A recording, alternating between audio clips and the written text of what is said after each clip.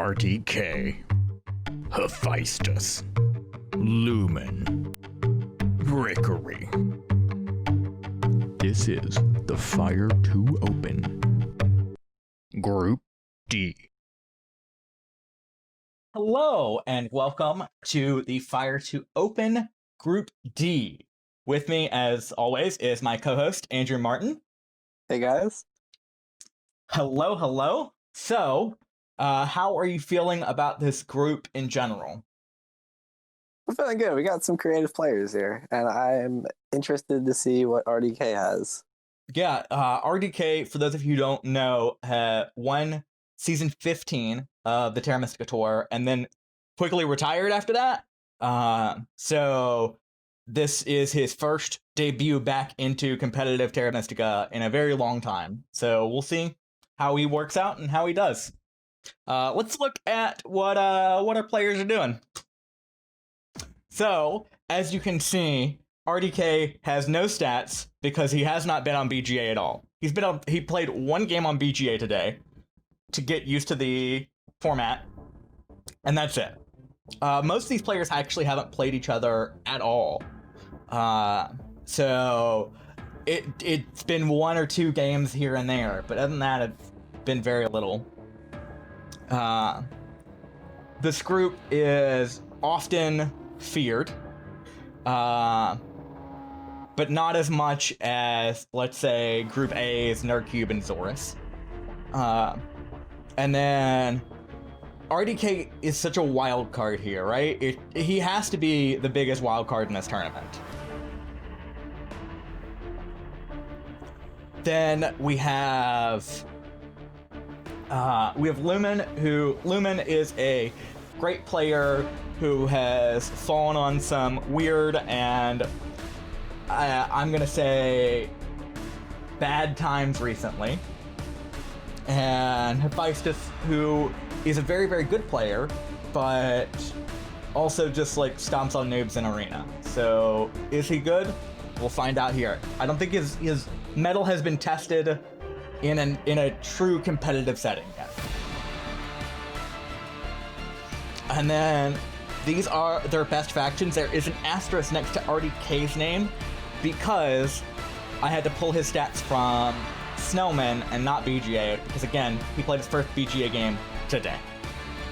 So, what are your predictions for this group so far? I think Hefaistos is going to make it out. Yeah, what I'm really actually interested to see is that RDK's number one faction shows to be dwarves, which isn't often used on Snellman. So that's actually very interesting. Yeah, he played, I think, 2 or 3, maybe it was 4 games with dwarves and got first every time. So they're definitely a good faction for him. We're gonna see if that's put into the bid overall. So he told me a few things which we'll get into after we go ahead and start the game. But I think we're pretty ready. First game predictions from you. Hefaistos with the win, RDK second, Lumin third, Mercury fourth. Really? Okay. That's interesting. I think I have Mercury third and then Lumin fourth, but we'll see what happens with that. All right, let's go ahead and I'm going to go ahead and tell the players they can start up the game. And we'll go ahead and set everything up. I'm really, really excited for this group, though. This is a group that I have initially stated was one of the groups of death, but upon further inspection, it's such a wild card as to how each player is going to play. I think Rikiri has actually been pretty interesting and has grown a great deal over his time in the past few days or in the past few weeks. So, yeah. And with that, we're into the bid. I'm gonna be honest. This looks like a great and phenomenal Chaos Magician start. Except for the fact that we don't have the bonus tile that gives points for Sanctuary Stronghold. That's it. That's the only thing. And That's the only thing.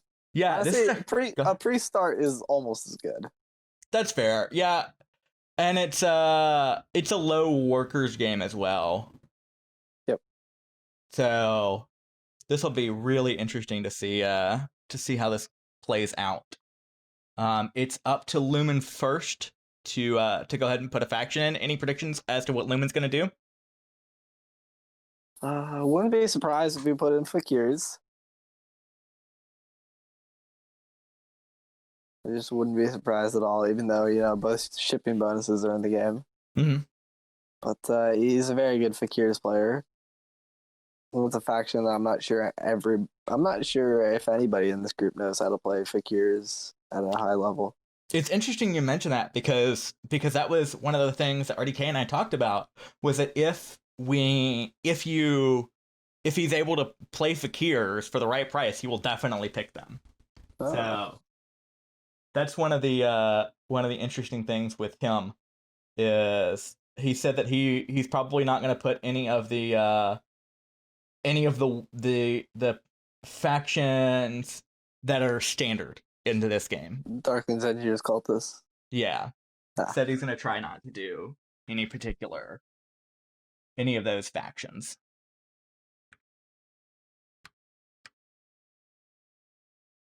So yeah, Lumin taking a pretty hard look into the tank, seeing what he wants. I guess when you're first player, it's kind of difficult to figure out what you want from a faction, right? I think second and third kind of have that advantage of saying, okay, well, if not this, then that. If not this, then that, right? Yep.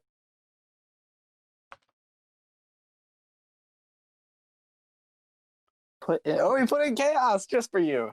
Chaos in seat 1. That is such a weird spot for Chaos. It's actually just the worst spot for them. I think starting east with Temp Ship and just being like, hey, I don't need a Sanctuary round on. I think that's fine as well. In my opinion, Sanctuary openings can often be a trap anyway. Really? Why do you think that is?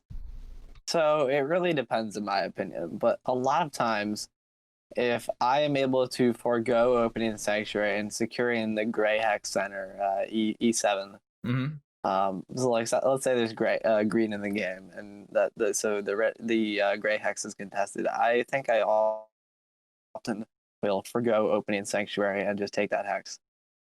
Gotcha. And that's just because that Hex is so important to their game.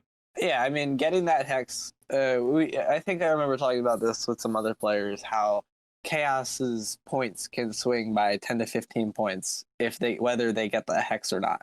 So like when bidding on them, sometimes it's hard to tell what you're supposed to be bidding on them, because let's say green is before them in player order, but then you're bidding on, do I think green is going to take it first move or do I not think so? Yeah. And so it can be very tough to evaluate sometimes. Definitely can be. Overall, I'm let's see.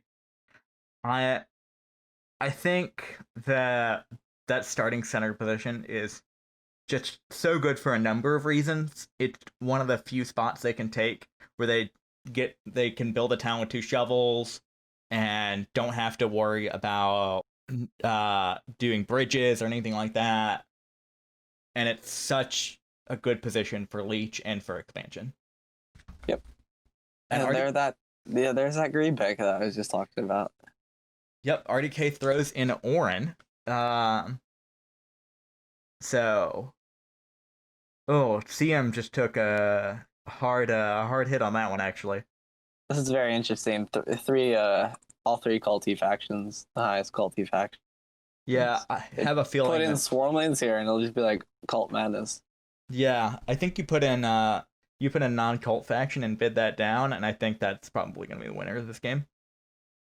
I think if you put in a specifically bad-looking non-culty faction, I think that's probably for the best. If that's your plan, is to take them. So, for instance, maybe Alchemist. what? It's an alchemist. Yeah, maybe like an alchemist or yeah, I Even though think the alchemist. alchemists are garbage in the setup, I think. Um, maybe something like a nomads or something like that. Nomad's torture. Ooh, color sandwich. Oh, they do have a color sandwich. You're correct. And Yeah, so there no blue, so yellow is much worse. when I'm looking at Terra Mystica factions, I always have to look at that wheel, and that wheel isn't here. I'm Where's not the kidding wheel? when I Where's the say wheel? that every time I pull or I do bids in Terra Mystica or in BGA, I actually have to look up a Google image search of Terra Mystica to find that wheel. So I'm like, oh, okay, this nope, can't do this. All right, what about this? What faction do I want to see here? I don't know. I kind of just want to see plain old boring Darklings. Yeah, I think. God, they're gonna get bid so far down, but I don't think they're bad either. Even if they get bid so far down. I'm not sure how good Darklings would be. Like they're not gonna get early leech. But the color wheel is the color wheel is super kind to cultists if it's black. I think cultists would do pretty okay if Darklings are in the game. Yeah, and there are ways to play a very low or no cult game as cultist. Yeah. Oh, is there? I mean, I just finished up the TM Tour game where I got all of I think 12 or 12 or 15 points off of cults as cultist. So and still won that by 13 points. So overall, I think there is a way to there's definitely a way to do it. And we see dwarves. This bidding's gonna take forever. Oh yeah, this is what happened earlier today in my game. It was dwarves Arin. Now it was also mermaids. That was just terrible. Oh but, yeah, like cultists are such a heavy favorite. Cultists might get bid down to 0 if I'm being honest. Cultists should get bid down to 0. I think it might. Like chaos with gray in the game is just bad.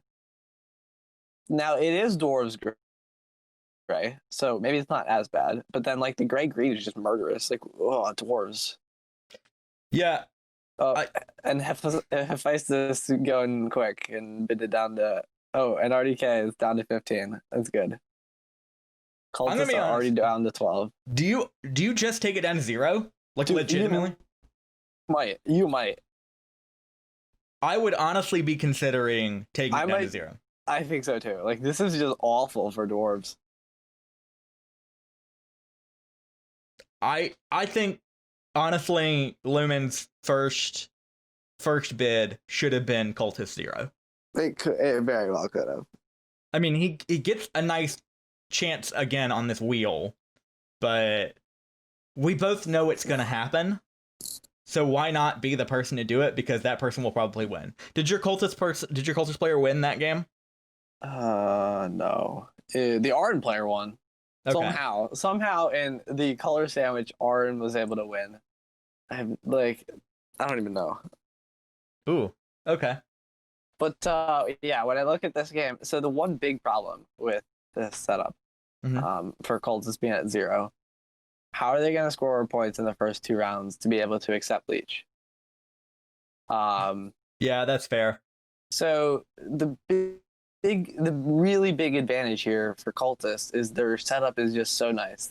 Like they're going to get they don't have a color neighbor, which is huge. But the other thing is you're going to get so much leech. They're just like in the middle of every leech party. But now if you don't have points, you can't actually accept that leech. So, I mean, I'm not going to say that I don't think cultists should go for 0. So I honestly think cultists should go for 0, but it's just a little problem that they're going to have to face. Yeah. So maybe like bidding them down to 4 is the correct answer, 4 or 3. I still think 0. You open Earth 1, you get 1 dig, and then you build 2 dwellings for 4 points. But by that point, you've already used. Yeah, I know. It's still an issue, but I just think like they have to be 30 points better than dwarves, right? Dwarves in a color sandwich. Dwarves are already bad. or I guess not great. Dwarves are already not great, and now they're in a color sandwich. I don't see how cultists aren't 30 points better. Yeah, it is. And Lumin goes with 11. Lumin, you took 10 minutes to bid them down 1 point. See, this is the man. This is the man that I'm rooting for over here. Okay, he takes that and says, no, let's go ahead and snap on it. So now the real question, actually, what we have to be thinking about is what is the second best faction? Orin? And I really don't know. Orin have the least problems going into it because they're not fighting over the greens, or no, over the blues. So, and most of their towns are going to be be in those centers. So if they start, let's say, double center, right? And they get something like a temp shipping opening, then they're going to be able to claim all the hexes they need for the rest of the game. Yeah, they have to make 2 bridge towns, but okay. This isn't the worst thing in the world.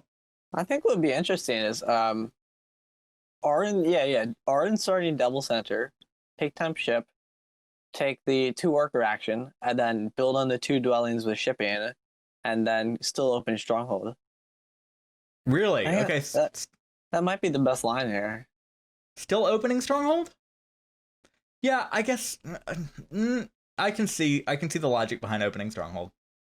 I don't love it, but I can see the logic behind it.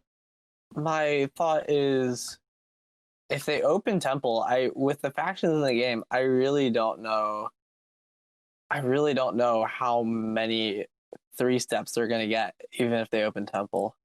Like, there's 1 priest on the bonus tile, so sure they could open that, and then open temple fire 1 for the cult. They're probably just earth 1 this game, but yeah. You open temple earth 1, and then what?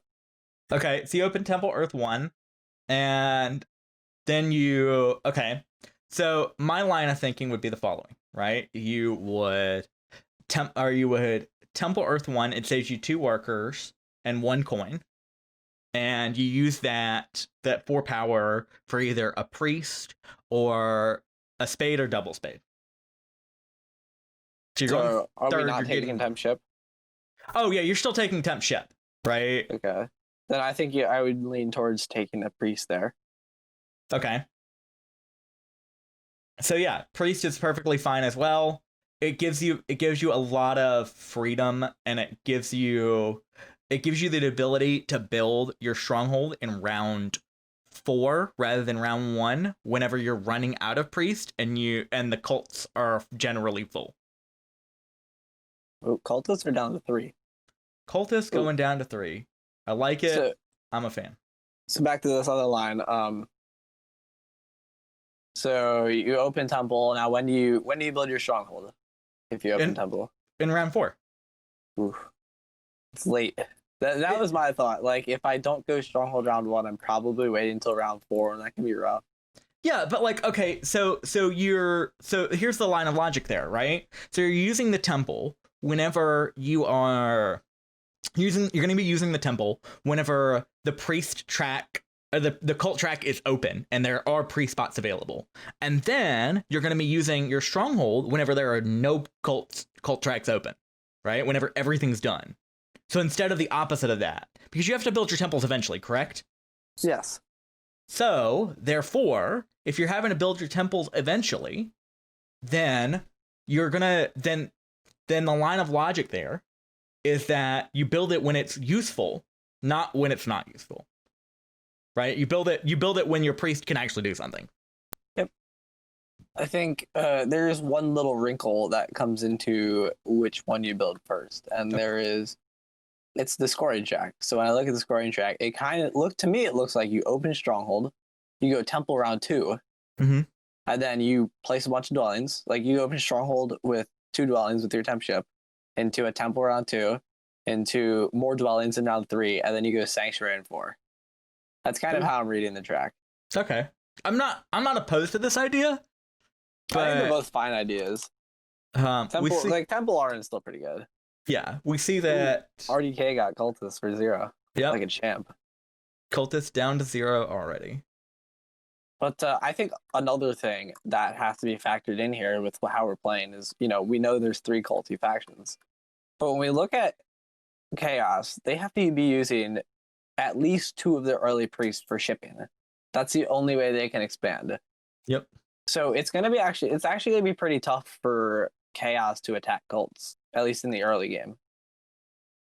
I'm going to be honest. I think that Chaos are going to have a nice little window here to dig through the center. Because if Orin are going to do that temp ship opening, which I think they should, then they don't want that center hex anyway. So it's going to be up, and I don't think dwarves are going to go to center. You don't think dwarves are going to start center? Where would they go if they start center? Where would they go if they don't start center? East and... No, double east can't be the correct answer. I think you're supposed to just start center and just suck up all that leech. Okay, that makes sense. I think in this color matchup, dwarves are not fighting for network. Okay.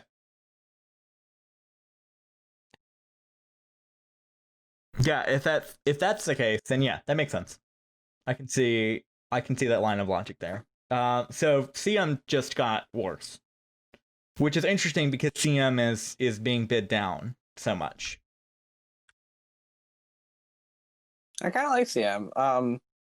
So I mean, I guess I like them compared to the other factions in this game, but when I look at their game, you open Sanctuary. I mean, that's the only option you're left with dwarves in the center. Like, you're not digging anywhere. Mhm. So you open Sanctuary, your first seat, you're getting leech from brown and gray and maybe green if they start above you, but probably not. If they start double center, they're probably upgrading at the bottom. And then you open Sanctuary, you can send that priest to cult in round 2. You basically do nothing in round 2. Then you increase shipping twice and probably try to place 1, 2, 3, 4, 5, 6, 7. You could maybe even place 8 dwellings in round 2. Wow, that is... Whew. You got D3 and 4, the yellow red. Mm-hmm. And then we got A6.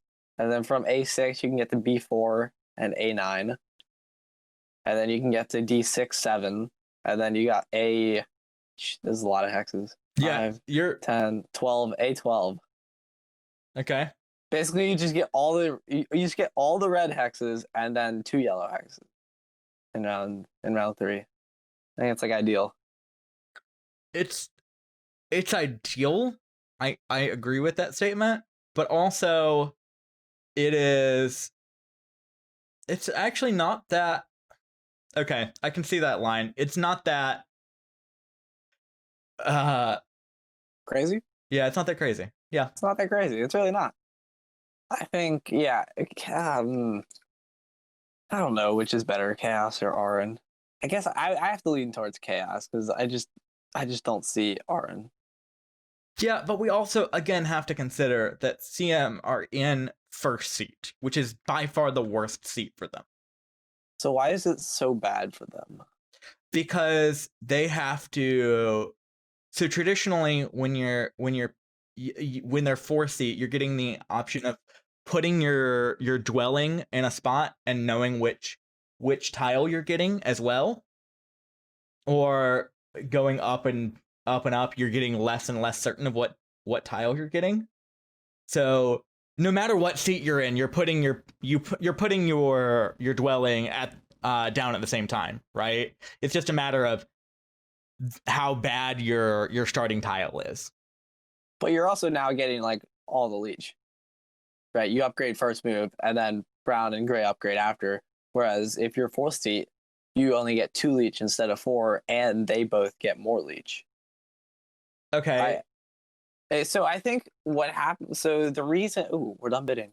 Wow. The reason Chaos is standardly a 4th pick faction is because in TM Tour, Chaos is just like an afterthought. You kind of pick them after you see the other factions, which is why Chaos, in my opinion, that's why Chaos is usually a fourth pick faction. I think this is just where we disagree on some things. I don't think that 2 power is worth the a dig or Well, I mean, they're still gonna get 4 coins in a cult or 6 coins. yeah. Like, that's still pretty good. It's not helping them long term though, I guess, is my only problem with this. So what are they gonna do with the dig when they start here in the center? Okay, they're not doing anything with that dig, I'll say that much. Like Yeah. they're just that dig would be wasted. But idea. They could dig that blue into green. And hand it to dwarves? No, and hand it to Orin. Just make a nice little spot for them, and then it's fine. Oh, this is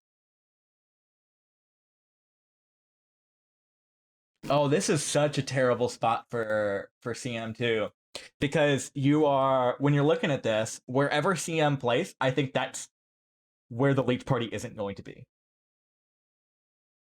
So I think cultists want to upgrade center because that's where their sanctuary wants to be. Okay. I think dwarves are just gonna. So I think the other reason you upgrade next to chaos is they're gonna upgrade next to you. Like that's the only spot they can upgrade. So you know you're gonna get leech. I think dwarves are just gonna follow that leech party. I think chaos and cultists both upgrade center, and dwarves are just like, hey, I want in here too.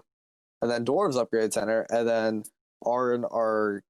I think it depends on what they're opening. I think if they open temple, they probably open trading house in the east, compared to if they open stronghold, it's probably trading house in the center. Yeah, I'm really interested in where Orn are going right now. Arn's like a priest. Yeah. Orin. I really wonder if Arn are opening Fire One. I wouldn't be upset about it. So Fire One opening. See him get temp ship. Does that help them at all? I think I'd just take 6 coins. Yeah. That's gonna fund your shipping you're gonna need. I think 6 coins is a better long-term play. Yeah. Because I don't see where they go with temp ship either. Because you take temp ship and then you just give up on sanctuary. Is temple dwelling really better than sanctuary in 5 points? I don't think so. It's not. No. Yep, so yeah, and he takes 6 coins. Yeah. Yeah.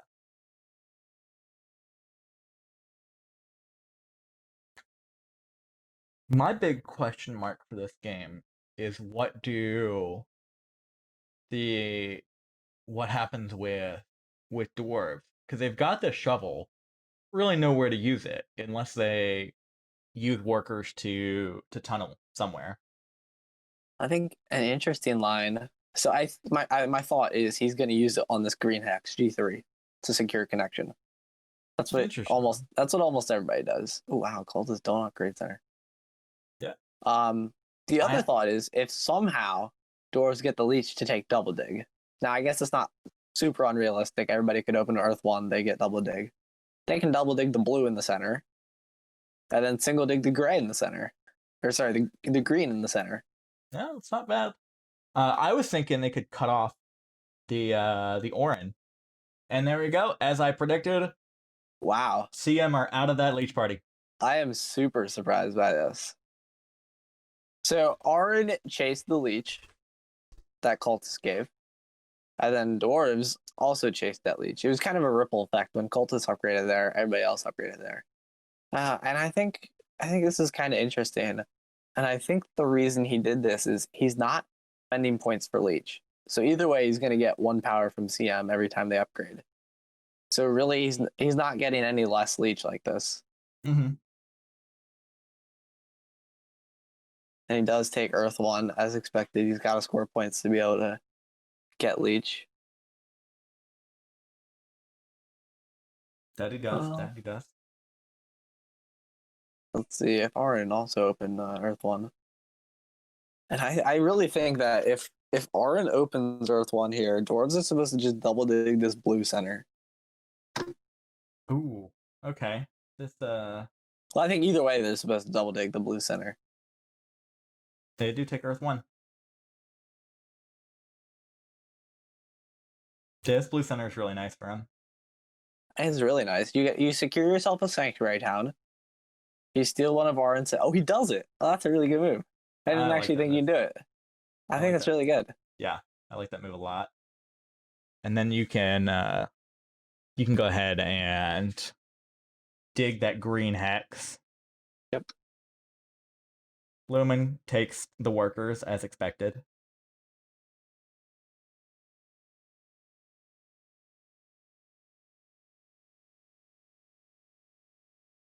Cultist probably digging this black hex. Yep. Yep. Getting this Temple 2 dwellings out.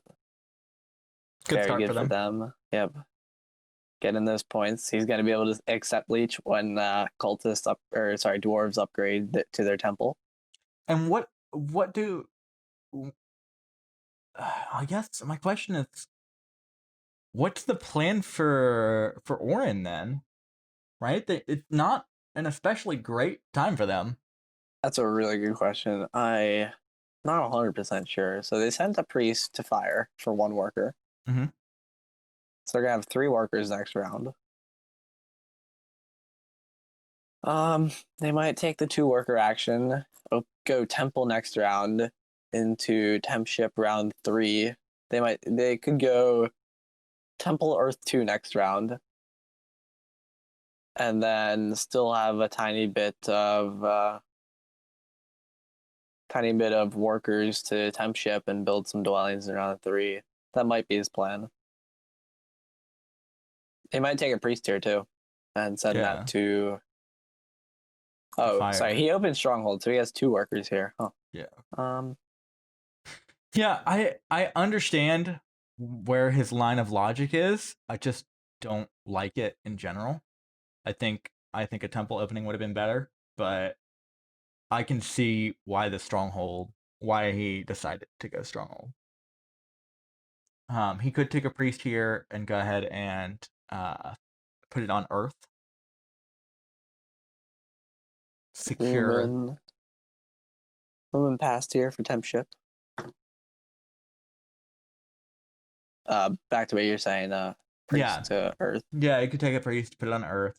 That's not a bad play. There's just so many plays that aren't bad, but aren't phenomenal either. Cultist took the priest. Yep, Cultist took the priest, so that means that's probably going on Earth. Yep, that's almost certainly going on Earth. It's gonna give the 3 power right back. And he's down to 6 power already. Yep, that's fine. I don't love it, but it is what it is. I think Hefaistos takes 7 coins here. Mm-hmm. Cultists, or I guess dwarves are after them. Dwarves pass for 6 coins. Then cultists send their priest to Earth. Arin then pass for the dig. Cultists use their bonus tile to go up on Earth. Yeah. They're gonna get 2 digs the next round. I think even at this 20 to 30 point disadvantage, I still really like the cultist position. Oh yeah, 100%. Their position is so good.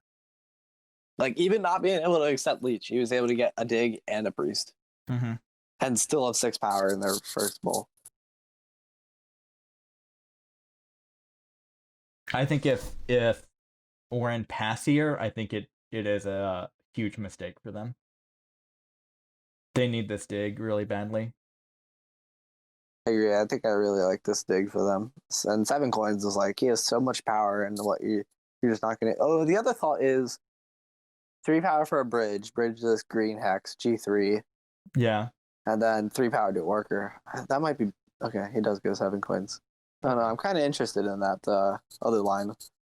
Yeah, go ahead and build another thing. Yeah, I like that line too. But that does risk the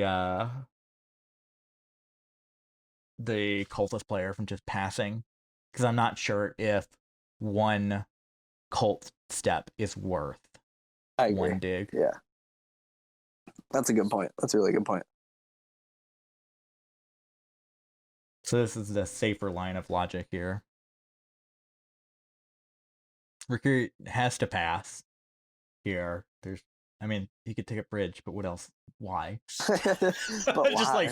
just why? Why would he do this? I do like this Earth 2 for Mercury though. I think it's for dwarves almost as good as an Earth 1. Earth 1. He is going to be able to get coins this next round, and he has a 5 worker income. Yep. So, I actually kind of like Mercury's position. If he can get G3 and secure connection, I think he'll be in a mighty fine spot. No, you say that, but he can also secure from the north as well. No, yeah. Yeah, it's just a lot more work and a lot more volatile, I guess. Yeah. Because he's gonna have to dig twice and tunnel both of those. Yeah. This is one of those positions where I kind of wish that the Fakir range town also was a range for dwarves as well. That'd be very interesting. But now that might be too strong though, to be honest. Oh, perfectly. That's perfectly true. It probably is too strong. However, I think it would be a fun thing, and I do like fun things. That would be a fun thing, dude. I'd be like, you know what, dwarves in a color sandwich, not that bad anymore. Yeah, not that bad anymore. We're good. Okay, so Oren passed for the shovel, and then RDK is going to go ahead and take. Oh, what is RDK going to take? Priest, I guess. Sure. All my predictions have been right this round so far, other than the opening placements. But opening placements, yeah, that's pretty much the only thing. I mean, we were saying we think that our double center is probably best, but we didn't actually predict that to happen. So yeah. And this is a perfect example of, I will say, a green-gray matchup, which is just horrible for both of them. Oh no, I think Rikiri's doing mighty fine. I kind of like his spot, to be honest. Yeah, but the problem is, okay, I can see, yeah, he's at a 3 shovel town. Yeah, he's actually not doing too bad. Like, yeah. I guess compared to where I thought he was gonna be, he's doing mighty fine. When he took dwarves, I was just like, well, he's done. Yeah, I think Oren were underbid. So I think that will come back to bite somebody. I think Oren starting at 29 is pretty great. Yeah, now what I will say is that Oren are not witches, so maybe we're overemphasizing that a little bit. I don't know. The arm guy this morning scored 134 in a color sandwich, so there's that. Yeah, they are what has been referred to as the Walmart witches. They certainly are value, and that's it. they don't give any points. They can get good value in the auction. Yeah, they can get good value in the auction. That's all they do. That's about it. Yeah, it really is. RDK really thinking about this move. I'm kind of surprised. I feel like I would just snap up the priest. Is there a line for him to upgrade shipping twice next round? There is. Yeah, but like he's not going anywhere with that shipping in round 2. I think that's more of a round 3 or 4 thing for him. Well, okay. Hear me out on this one. Yeah, he takes the priest. Okay. If he upgrades shipping twice, these 2 cult spades can be on B3, that north black hex, giving him 3 hexes, and can be on Jesus H5. Yeah, that sounds correct. The center yellow.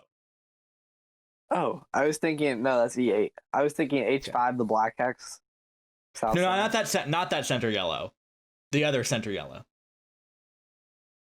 The left center. The left. The one on the west. Yeah, the one on the west. D3. Yeah. Why would you go for that hex? Not D3. No. F3. F3. Okay. Yeah, 2 shipping gives him For some 5 reason, hexes. I was thinking it had to be correlated with 2 shipping, both of the digs. No. It is correlated with 2 shipping because that gives him another place to build. Yeah. That gives him 5 hexes in round 3. That is an incredible amount of hexes in round 3. On top of that, if he really wants to go all out for this, he can upgrade. He can dig that black hex as well, and then that's also 2 hexes. So there's so many things he can do here. Also, hear me out. Yep, hearing you. He's left with 0 coins if he does that. But then he takes the either the 2 coins and 3 power movement, or he takes the ship bonus, and then takes coins next round. There you go. That's coins. I like coins. That's coins, yeah. That's coins. Now, as of this moment, he does only have the ability to do 1 shovel, as he placed his priest on air, which is a perfectly fine move. It's not the worst move. We see Hefaistos go ahead and take that red hex. And now, this is just a tricky situation for Chaos Magicians. Rikiri has already dug the way for you to build a town. So what are you able to do? So his first move, Lumens, was upgrade shipping. Yep, he built A6. Yeah. I think next move he digs this B4 yellow. And then builds on D6. Yeah. So he makes his way to the eastern half of the map. I kind of like temp shipping here for him. I understand, but alternatively, his line could have been double dig or single dig round 1, and then upgrade shipping. Or you mean first move? Yeah, single dig first move. Go ahead and take that gray hex. Yeah, he could have done that. I think both are fine. What he did gives him access to basically the whole map, which can definitely be viable. When I look at the other factions in this game, I don't see how they play a high network game. They've already lost 1 green hex in the center. And they're just going to be spending so many digs to compete on network. Dwarves, I'm not sure if they're even going to be able to connect. Mm-hmm. So I'm not sure if they're going to be able to compete on network. So I think this is a perfectly fine game for Chaos to play high network, lower cults. Because, I mean, there's 3 cult factions. You can't do everything. And I understand at this point. My counterpoint to this is that where is a single town for Chaos Magicians now? So next round, if they're able to double dig the green, C4. Yeah. That's a town. Let's see, they could build a town south. So when they get on D6 this round, you can build on you can dig E8, that yellow center hex, and then get south on the 2 reds, the green and the yellow. Because I don't see when Arin are getting that southern green hex. It's just one of those things to where I understand where this is coming from, but I don't think it's... I think that this line is... it's okay, but it's not my favorite line in the world. It's fair. That gray hex definitely had value. for sure. It's almost an entire town. It's a few things short of a town. But it is what it is. Now we're in this world. So we're in the world where they're going to have to upgrade shipping again.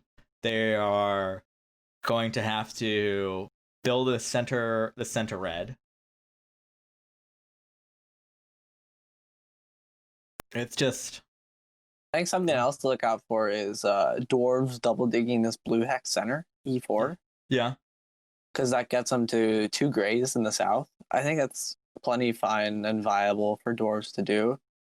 Which means if Chaos wants to make a western town, they'll have a neighbor there for that, which will be really nice for them. Mm-hmm.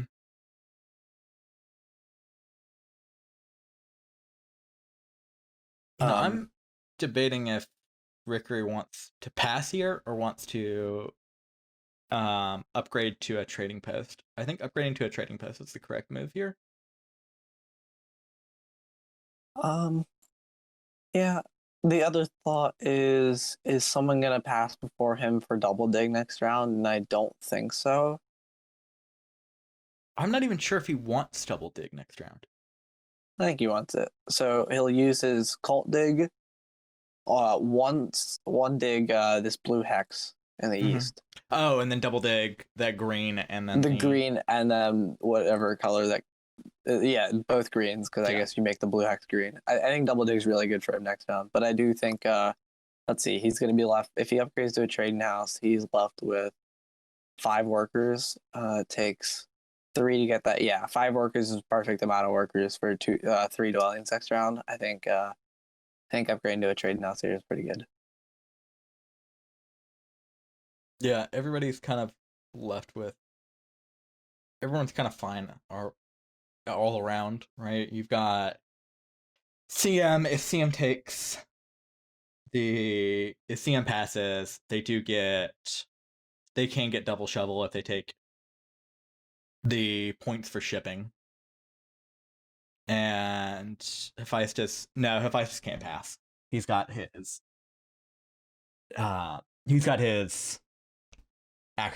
stronghold action to do.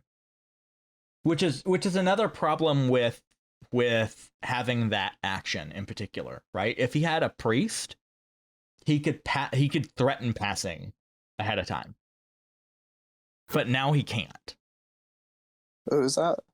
So when we talk about the orange stronghold and the benefit of a temple over the orange stronghold, the biggest benefit, I think, is that you are definitely not going to pass while that is an option, right? No one is ever considering you passing because it's too valuable. That's where you get them. That's when you get them. But it's just too valuable. If it was 1, that's fine. But it being 2, I would say late in the game you can pass it up for a bonus tile, but early in the game you're just not going to. Okay, so Rikiri goes ahead and passes. I think that's a good move as well. I don't think that's bad at all. I agree. I think securing the double dig is very important for him. Yeah. Yeah, Lumin was threatening passing, and I think it was in Lumin's best interest to pass early. And it also gets to screw over dwarves who have messed them up. So it's a double whammy for them. The problem with Lumin's game right now, though, is what do you do to get a with this double dig, or with this single shovel that you're theoretically going to get next round? Because you have to upgrade shipping first to do anything with it. And then what do you do with that? Where's he getting a shovel? He can, if he passes early, because he needs a shovel at some point to get to other places. This is a hypothetical shovel that he's taking. Oh, I was like, wait, what? I was like, what am I missing? This is a hypothetical shovel. Okay. Hypothetical shovel. Okay. I guess he can use it up at the top, but he needs to, he really just needs to upgrade shipping first and then shovel.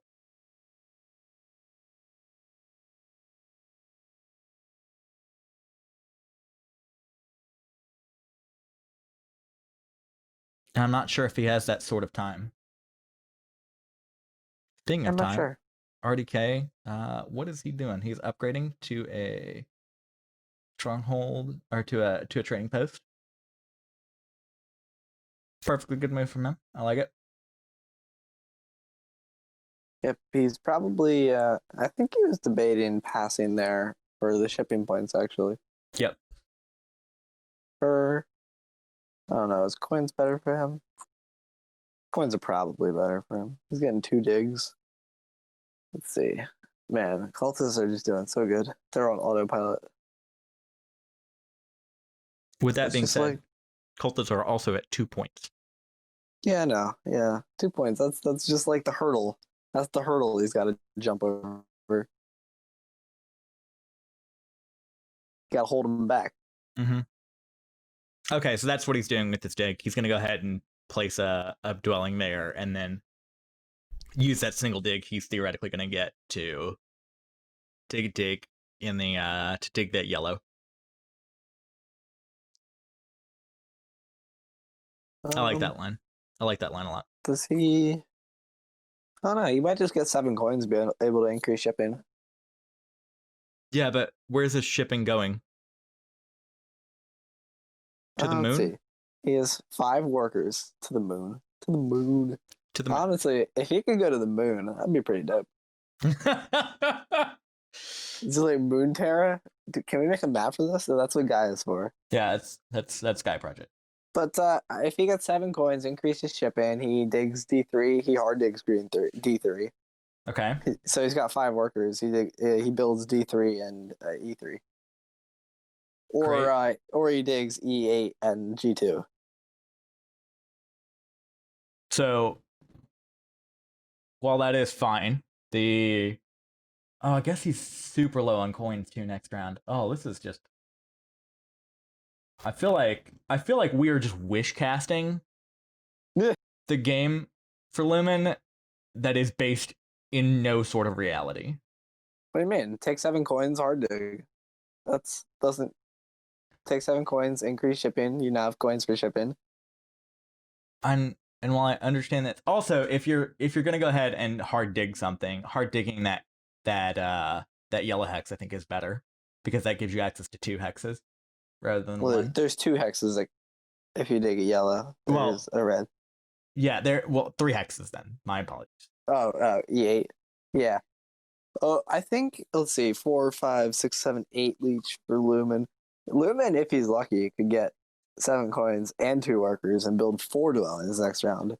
If he gets 2 leech, that's all he needs. 2 leech. 2 leech. That's all he needs.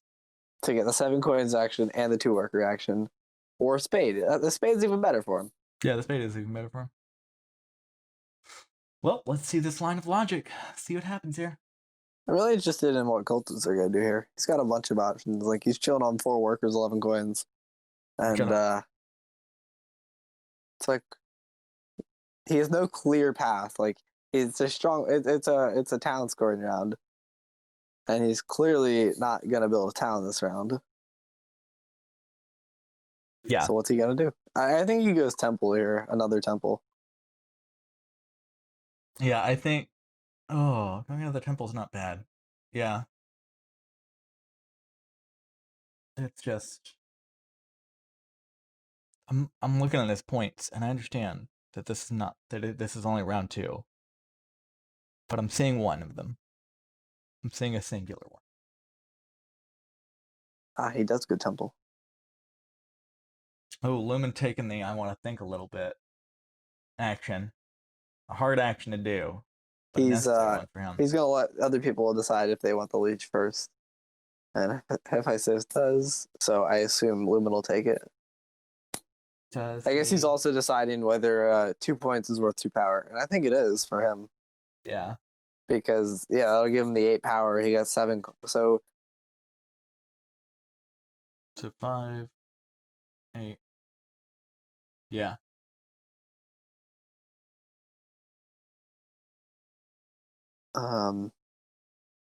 Because let's see, assuming dwarves double dig first action, there's really no reason for them to take coins.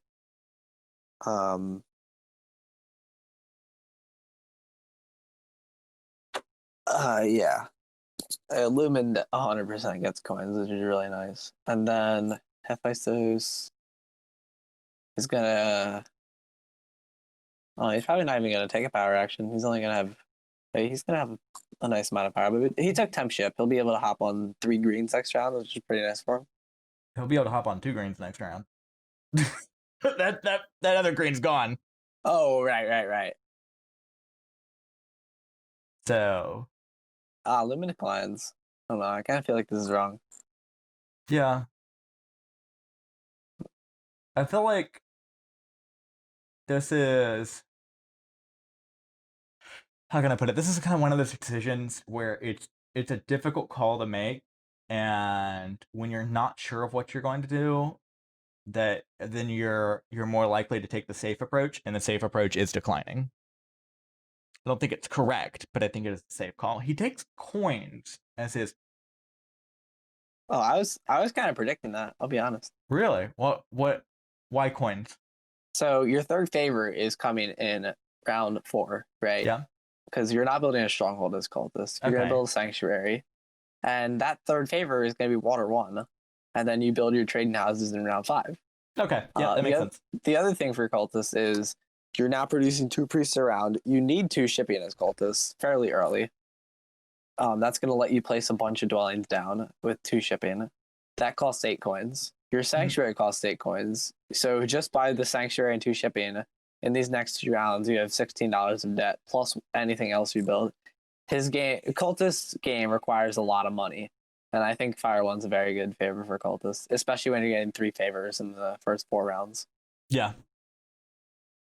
Because you're not going to build any trading houses these next 2 rounds before the trading house round, or presumably you might build one. But is 1 trading house really worth 3 points? Or I guess is 3 points really worth 9 coins? I don't think it is. So it's probably not. And then also, like, your third favor with your sanctuary is Air 1. Like, you don't really need Air 1, and it's only going to be scoring for 2 rounds if you don't build any trading houses until round 5. So I really like Fire 1 there. Yeah.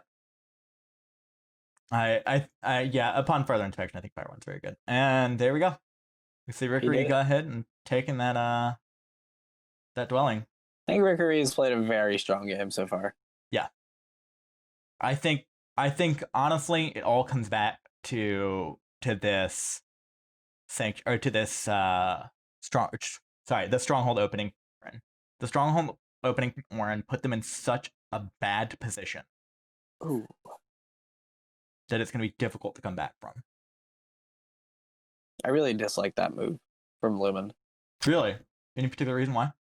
Because he needs coins. He's so money shy. Like, he's got workers. He can hard dig if needed. That's fair. I mean, he might. I mean, it looks like he's gonna wheel 7 coins, which is gonna be beautiful for him. But I think I value the 7 coins action higher than the spade. Mm-hmm. Yeah, he's wheeling 7 coins. It looks like he's wheeling 7 coins. Which means he'll be able to increase shipping and build 3 more dwellings, which is what I was saying was his ideal scenario. Yeah.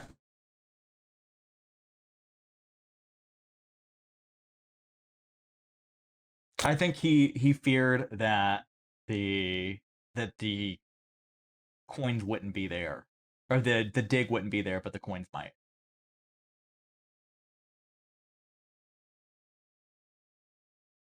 That's fair.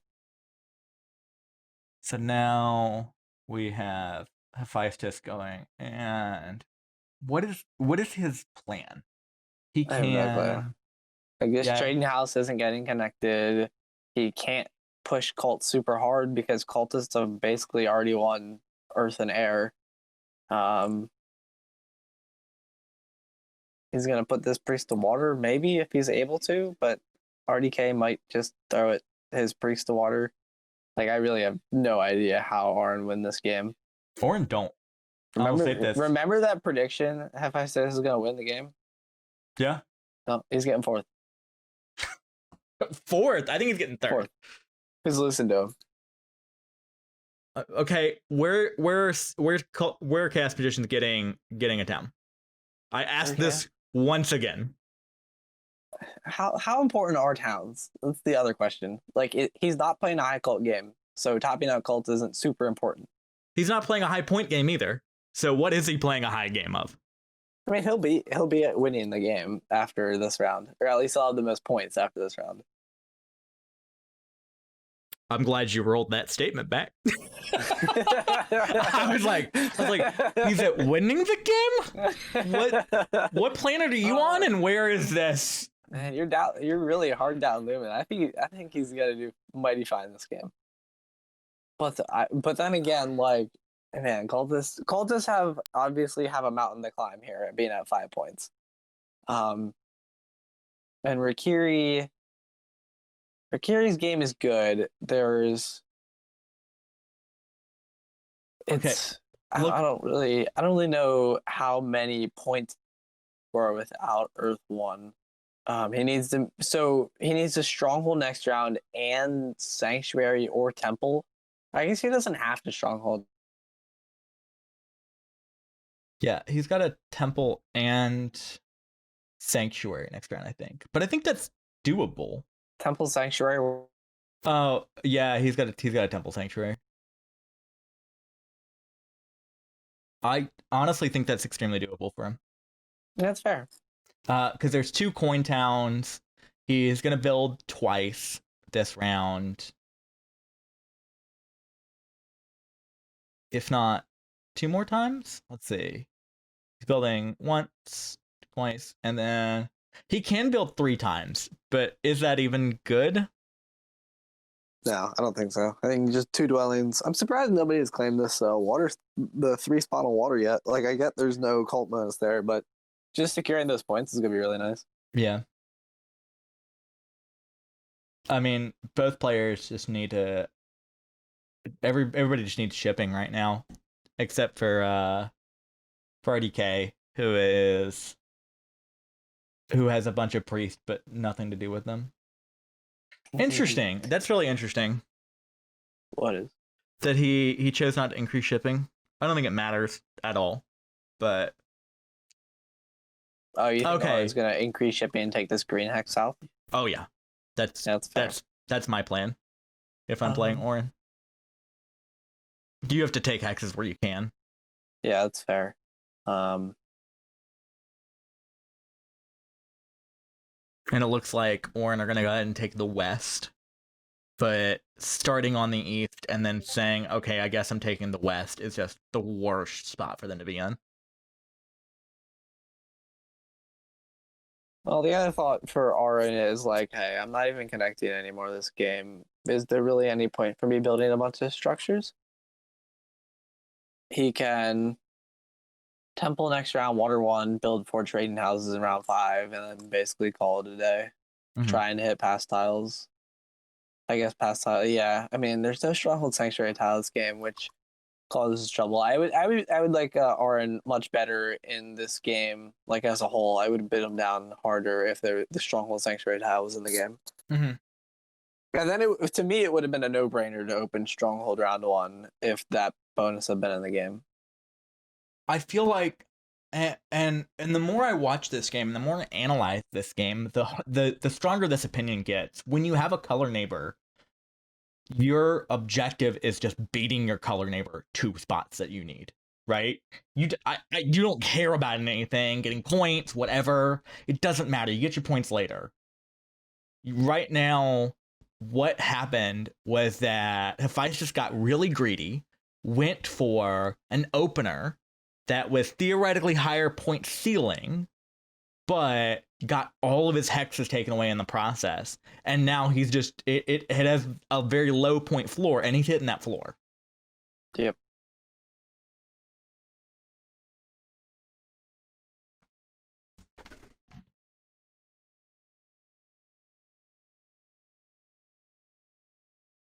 And we see Lumin go ahead and build that dwelling.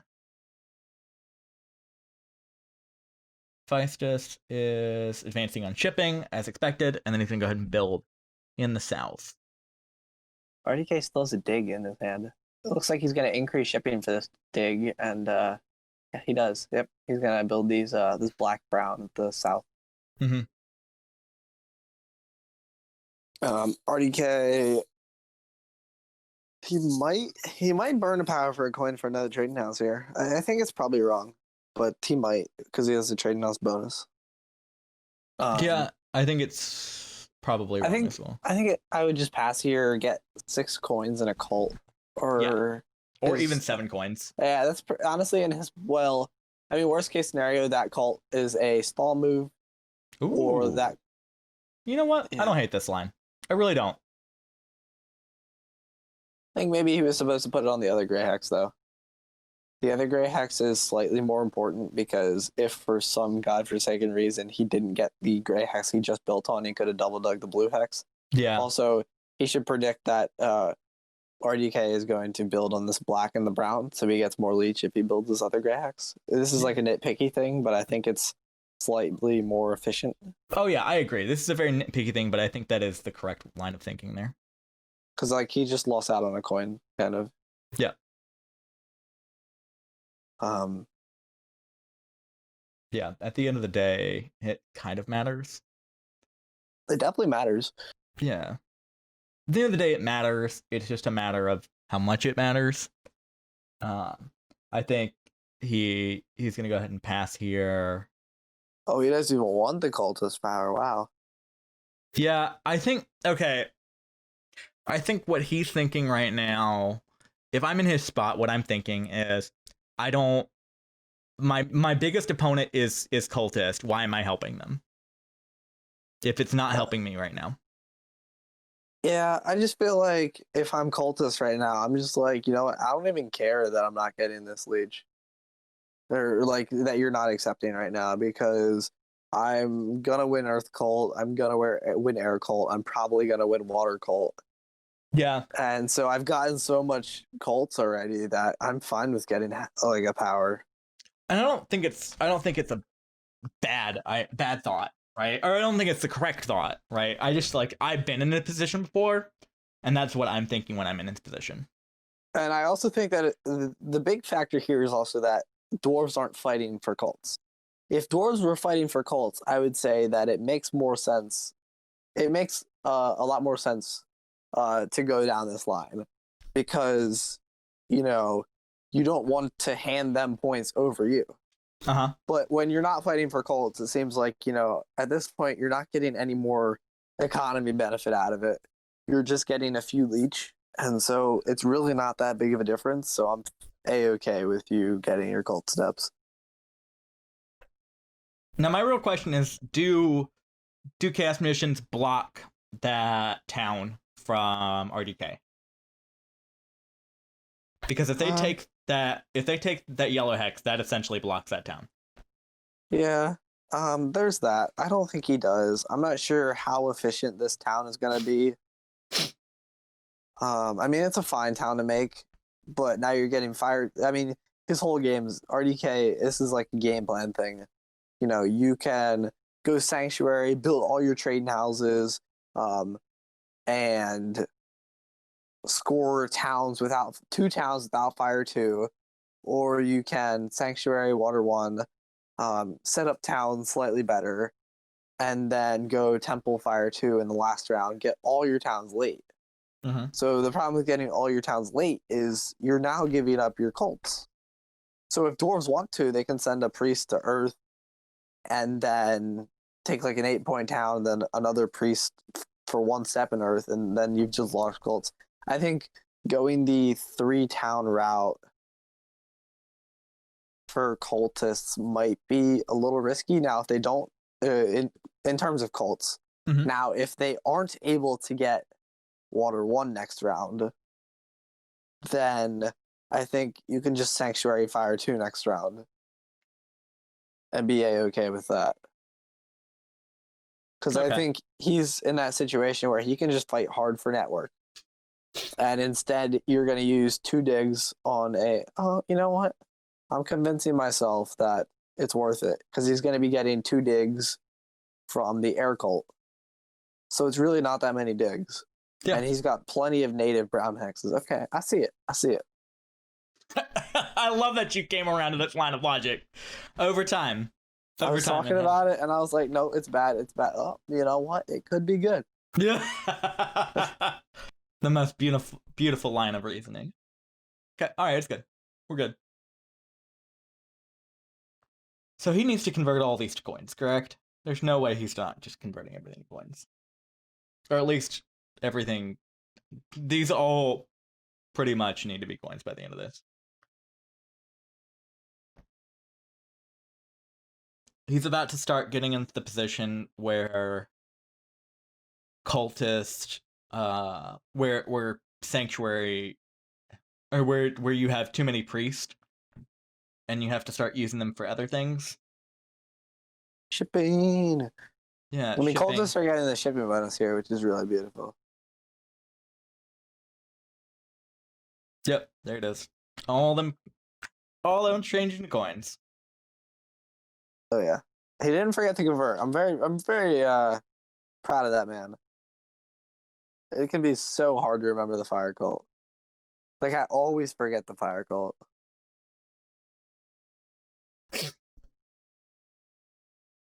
Alright, looks like RDK will, or not RDK, Rikiri will open Temple Water 1. Lumin, Lumin's probably getting locked out of Water 1 here.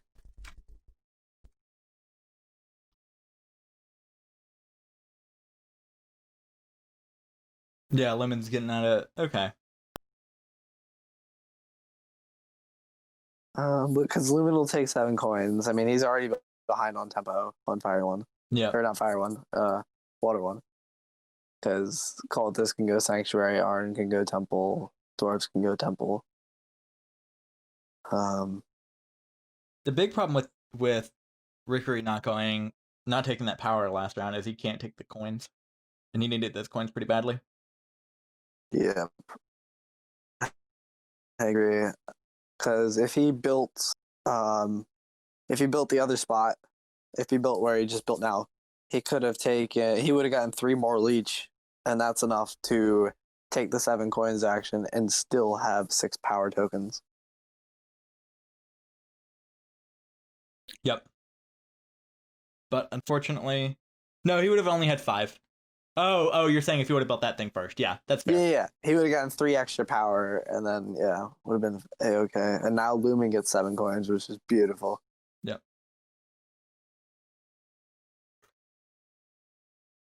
I think Lumin's played a really strong game. Like, he's got so many resources. Now, if Lumin can somehow pull off getting Water 1, I think he's the front runner in this game. Like, he just has so much economy, and he's just going to turn all of that economy into so many points in these last 2 rounds. Yeah, I am really not liking the play by Rickery here to tunnel and build. I think that's a huge mistake from him.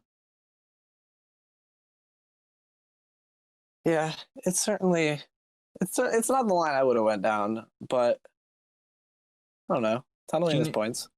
I mean, he has to build a sanctuary this round. He doesn't have to build it this round, but he should be building it this round. And getting Water 1. And therefore, I mean, what else are you doing? Well, no, I'm looking at RDK. He just spent 6 power for 2 digs. Yep. Right.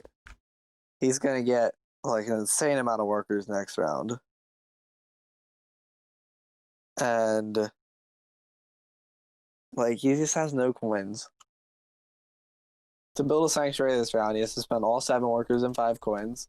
He's going to produce 8 workers and then get another 4 from Cult, assuming there was a priest to air. And then he doesn't have anything to increase shipping for his shipping pass tile. I don't think I like the double dig there. Yeah, I really don't like that double dig either. I mean, I get it. That hex is really important to him. But... Yep. Oh, we're going to take the Orin can also kill this town if they dig the blue hex. It's a single dig for them. That was the most disappointing Double D or double. Oh, that's such a disappointing town. Yeah, I think that's a bad town. I think you're supposed to just take an 8-pointer there. Yeah, you're not winning any of these cults. I mean, it's great. It's great for Rickery and Lumin. I'll tell you that much. But that's the only person. That's the only people it's good for.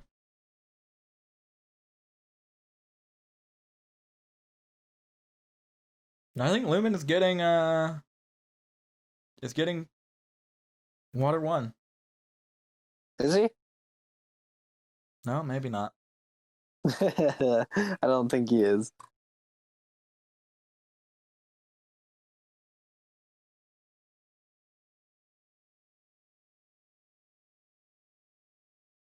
Yeah, I think dwarves are about to have to do the saddest line of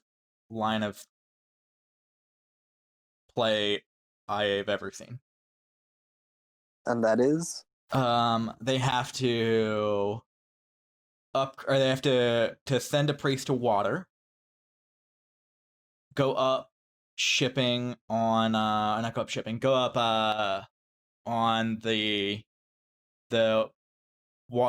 earth track with their bonus, burn 4 power or burn 3 power, get 4 coins, and then upgrade to a sanctuary.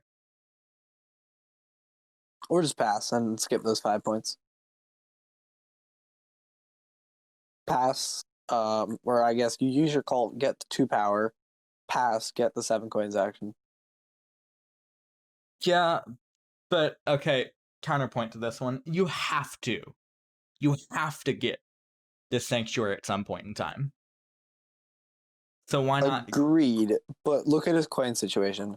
It's bad. It's really He's bad. literally gonna have 0 coins to build trading houses, and I think that's really wrong. I think as dwarves, you just gotta smash this trading house round and put up your sanctuary in the last round. That's fair. Yeah, trade on all your economy for points. I get it. I don't love it, but I get it. Because basically, when you go sanctuary here, you're getting 5 points, but you're probably losing 2 trading houses, which is 6 points.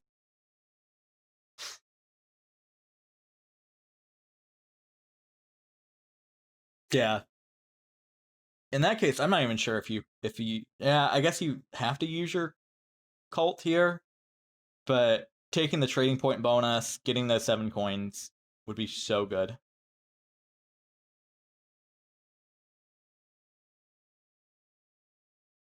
And now it falls to Orin if they're gonna take the water 1 or not. I'm not even sure if they do. I don't see how he scores points other than water 1. Yeah, I don't either, but also I'm not saying how he he's doing it. Yeah.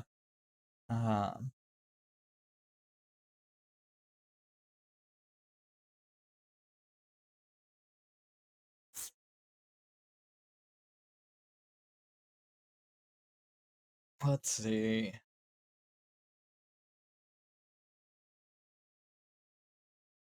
Yeah, he's taking it. Yeah, he's got to take water 1, which is really bad for Lumin's game. Lumin's game is now not first place. In the trash can. Lumin's game is back in the trash can.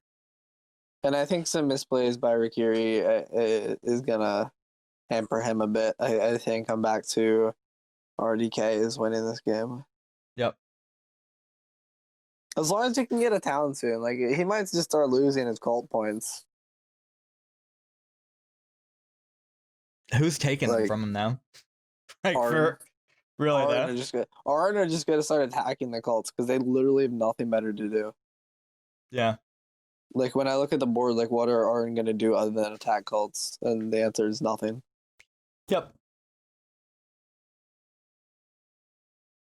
This is just a tragic game from everyone all around. And these games happen when you got a double when you got gray green. You got gray, green, red. Like, how disgusting is this? Yeah, I said it before, and I don't think anyone's made any huge mistakes here, but I was talking about this pre-game a while or yesterday when I was doing my write up of this group, and I will fully admit when I first started the tournament, right, I put this poll out there and I said, all right, what's the group of death, right? And everyone was like, Group A, and I was like, oh no, it's Group D. And it's Group D. Like, there's Lumin in there, who's fantastic, right? There's Hefaistos, who is 600. And then there's RDK, who won a TM tour. And there's Rickery, who is good, who is very, very good, right? So that was my thought process. I was the only one who was on that wagon, right? And then as groups started to play out and as things started to happen, right, I said, oh no, this group is actually, like, not the best players. Like, Lumin's kind of out of form, right? Hefaistos is good, but we're seeing some flaws in play here, right? To be fair, playing Auron here was very, very tricky no matter what you did. Like, it was no matter what line you went, it was going to be very slim, and it could go wrong very easily.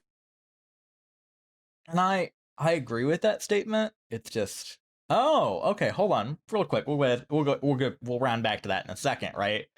But Lumin goes ahead and passes and takes the bonus tile for trading post next round. That's probably the only way he actually gets back in this.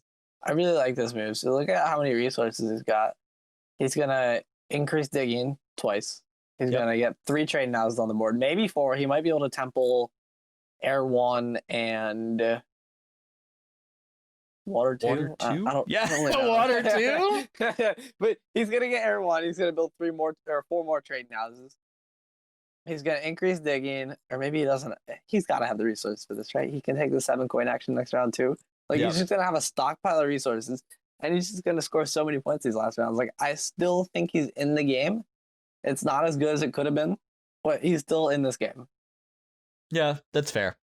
Okay, so rounding back to this, right? So when we're talking about the players, right? RDK, phenomenal player, but again, hasn't played a competitive game in 3 years, right? Doesn't know the UI even of a BGA. Has played 1 game on BGA. He played that. Yeah, he played that 1 game this morning. He lost to a really good player too. I forget. I looked at it and was like, that guy's good. I know this guy. Oh, Yaxan. That guy's definitely good. Really, like, his entire thing was, I'm going to see what. Oh, he does. Rickery makes the trading post. Yeah, when he lost out on the 7 coins action, you mean Sanctuary? Yeah, Sanctuary. He built the Sanctuary. I'm interested in the Fire 2 here. Fire 2. It's because first Fire 2 just wins. It's in his head, and so he just wins. I don't agree with the first. I don't agree with Fire 2. Hefaistos knows it too. He's just like, game over. So everybody at the table knows it. Like, Rickery, this is his game to lose now. Yeah, I mean, I would have loved an Air 1 instead, but I don't know. So his plan is almost certainly, trading house 6 coin town. That has to be his plan. Yeah, I don't hate it. I don't hate it either. And like, I felt like a coin town. Like, no matter what he did, a coin town was the only way out of this. Alternatively, and hear me out on this one, send Priest to Brown. Send Priest to Earth 8-point town. Yeah, 8-point town. I think you can send Priest to Earth and still take coin town, and then send one of your priests next round to Earth. Yeah, okay. Yep. I'm a fan of this. Because I don't see Cultist going Temple for Earth 2. Like, yeah, it's just he's not going to chase cults that hard. Yeah, he's got to place that Priest this round, though. He really does. That is. Yeah, at this point, he's got nothing to pass for, so he may as well. Maybe it's the 6 coins, but I don't think that's even good. I mean, it's pretty good, but I don't think it's better than what he's doing. I don't think it's better. Yeah, because you can just get a priest and 2 coins, or a dig and 2 coins. Like, okay, no, back to trashing on this group. So RDK is great, right? But like, and Rickery, we see. I think this player has really grown over the past probably month or so. When I think I played with him in the MSO or watched a game of his in the MSO, something like that, right? And he is a good player, right? He's taking steps to becoming a great player. He's certainly in tier 2. And we see those small little mistakes that he's making in tier 2. This being one of them. He is so like instead of waiting for he can get the ship tile. So takes the coins here, thinks that he can still place priest next round and then upgrade first. So yeah, I don't think this is necessarily a wrong move. Yeah, you know what? The more I'm thinking about, the more wrong I don't think it is. So that was like me with RDK's third town. yeah, maybe this isn't wrong. Who knows? I just remember playing Rikiri like a while ago. Actually, I should look when the last time I played him, but I just didn't remember it being good. He's played a very strong game here. Yeah. Oh, I've never played him. Well, I take it back. I think he's made those little mistakes that are forgivable, but that are still teeny tiny mistakes. And teeny tiny mistakes can lose you the game. Yeah. It's one of those things to where no matter who comes out of this group, I don't think any one of them are winning the tournament. I think they're all good players. You're not a bad player if you're in this tournament, right? This is, in my opinion, top 50 Terra Mystica players in the world, right? But you're not. There's a clear distinction between top of the world players, and there's a clear drop between them and tier 2 players. And I'll fully admit, I'm not in the top tier of players. Yeah, I'm not anymore either. I used to. No, you were. I certainly used to be, but not anymore. I really need to get back into playing just more Terra Mystica and try and get back up to that top tier. Yeah. Because right now I just don't have it. I wonder if Rikiri takes this power here and baits him into upgrade or going up the Earth Cult. It's not even a problem because he doesn't even have a town. No, he would have a town. He'll have a town next turn. Yeah, no, Yeah. He's not supposed to. He's supposed to decline like he just did. I don't think he's supposed to decline here. I honestly don't.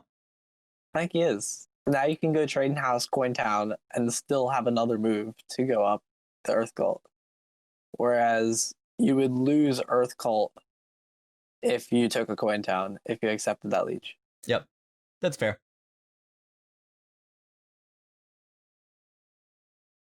Now we see Hefaistos slowly inching his way up the cults from RDK.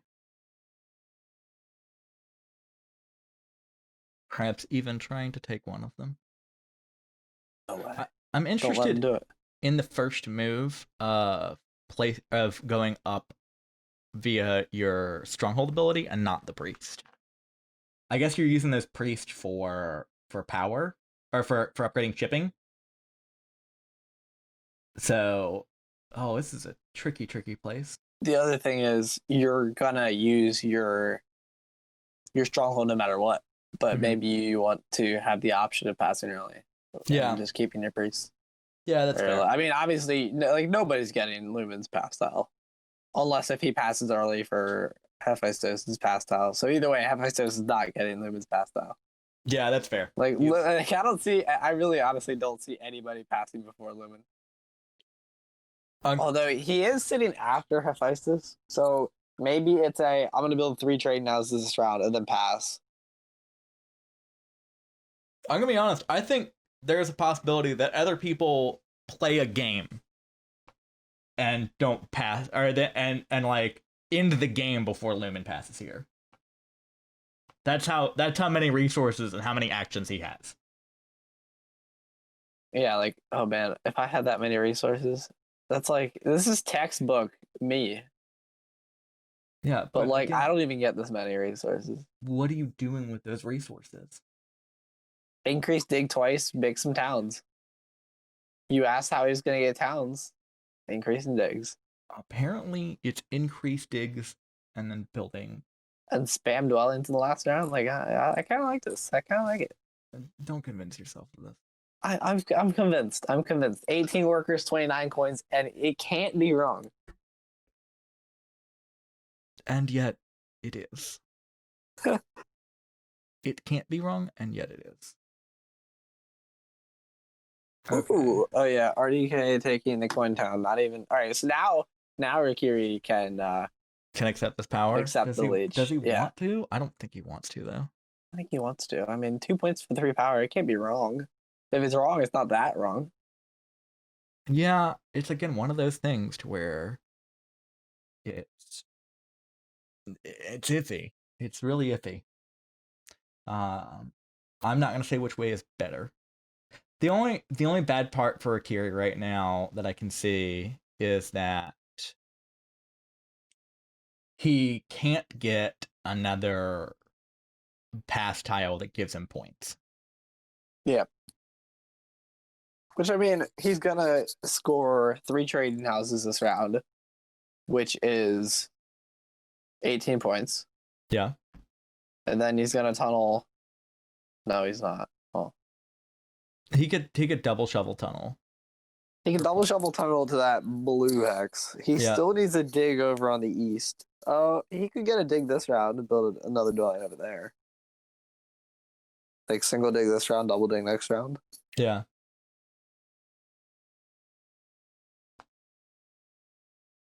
Yeah, he does need that dig on the east too. Yeah, I'm wondering how he's getting points for the rest of the game. Oh, this sequencing from Lumin to me is a bit off. I think building your trading houses first before this temple is better. Just in case if you want to pass early for Hefaistos' bonus tile. Yeah, but you're definitely taking air. You're definitely taking air 1 anyway. So I don't think there's any world where you're not taking that. Okay, he takes fire 2. Too bad it's not first fire 2. I believe in him so much right now if he got the first one, but no. And that's the second one.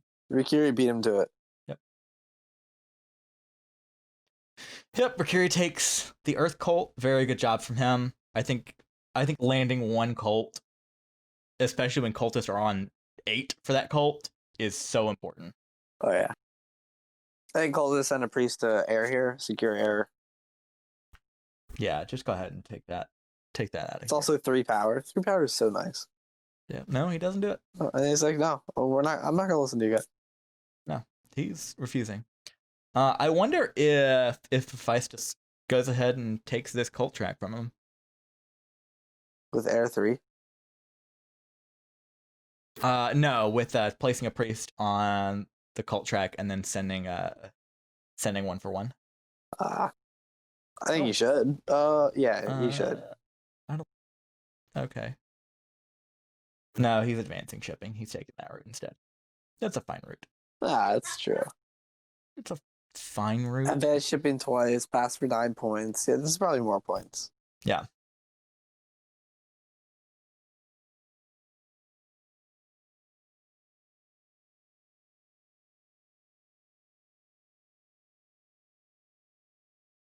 Yep, Rikiri goes ahead and spams a bunch of trading posts down.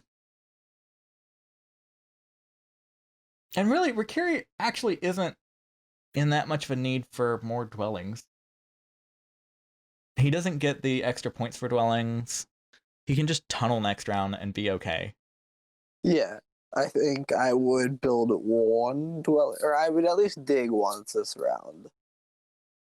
Because to me, it looks like he needs 3 digs. He needs to double dig this central blue and then dig once on the east. Mm-hmm. So I think I would single dig this round and I hope to get enough power next round. That also doesn't sound right. Yeah. He could just be in a slight bit of dig trouble here. Yeah, that's fine. I mean, dig trouble happens. I don't really think anyone wants to double dig next round. Cultists have all their digs lined up, and then they have so many brown hexes to hop on. Yep. CM doesn't need don't need the double dig. As long as they increase digging, which, like, what else are they doing with all those resources? Yep. And then Orin, they have no reason to do. Well, do they? I don't think we're gonna have that. With 3, ooh. Hear me out on this. With Yep. 3 shipping, Orin take this center blue.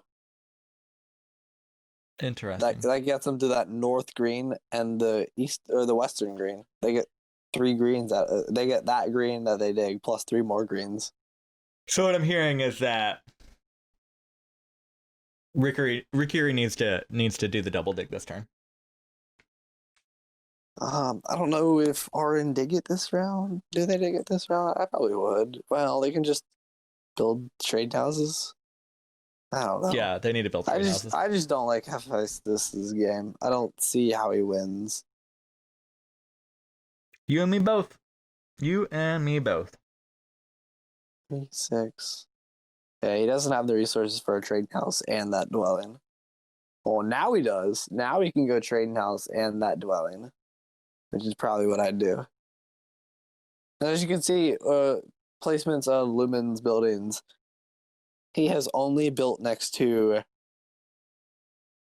Orin, showing that he thinks that Orin is the weakest, in the weakest position.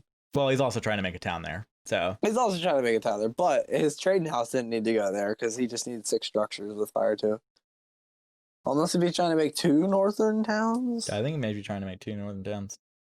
But I think he's supposed to foresee that somebody's taking the central blue hex.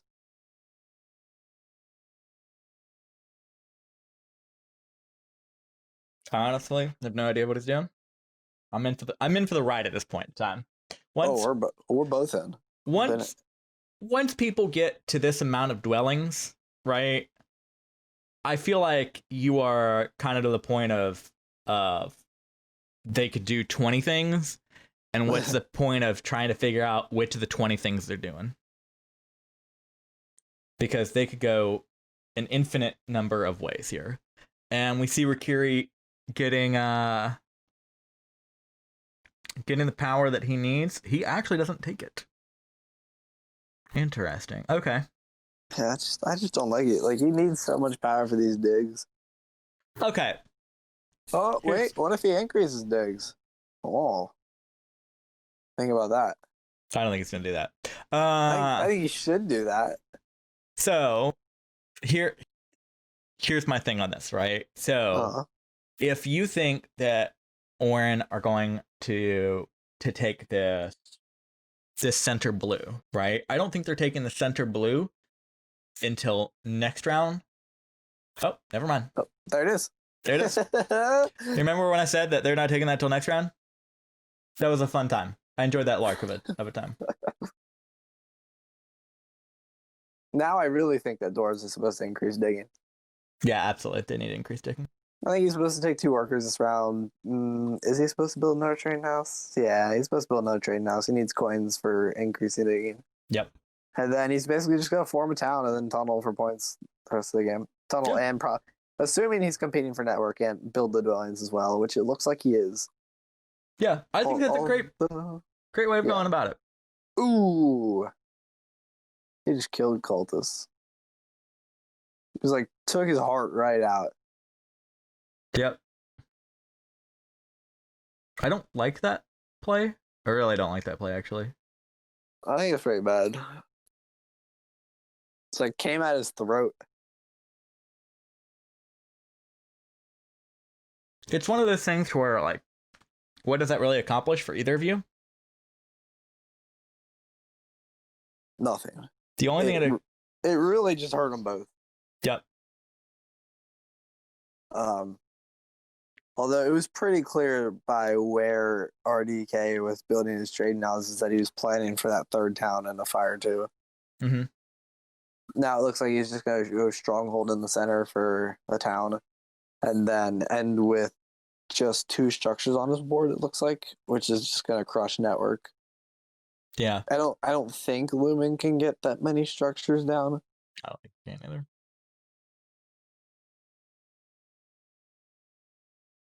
So, yeah, I think he's gonna have to convert this priest into a coin. Who is? Rikiri is. Oh, to build the last trading house? Yep. He's got to build that last trading house. I think you should, yeah.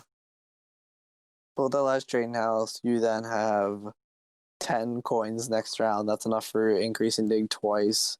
You then have 7 power into coins. You have 8 workers? Yeah. You say only 7 workers. Oh, that's down to 3 workers. Maybe he's not supposed to increase dig.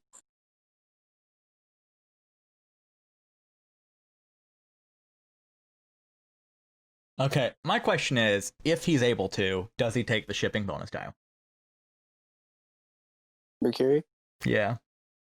I think he does. I think he should. And stop cultists from getting it? Huh. That's a good question. I think it depends on what Hefaistos takes. I think if Hefaistos takes the dig bonus, he's supposed to block. I think if Mercury can get the dig bonus, just take the dig bonus.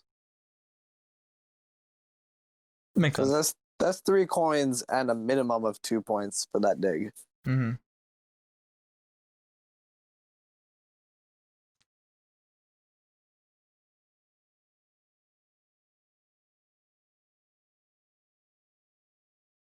Yeah, right now he's in the tank. He's in the tank trying to figure out what he's gonna do.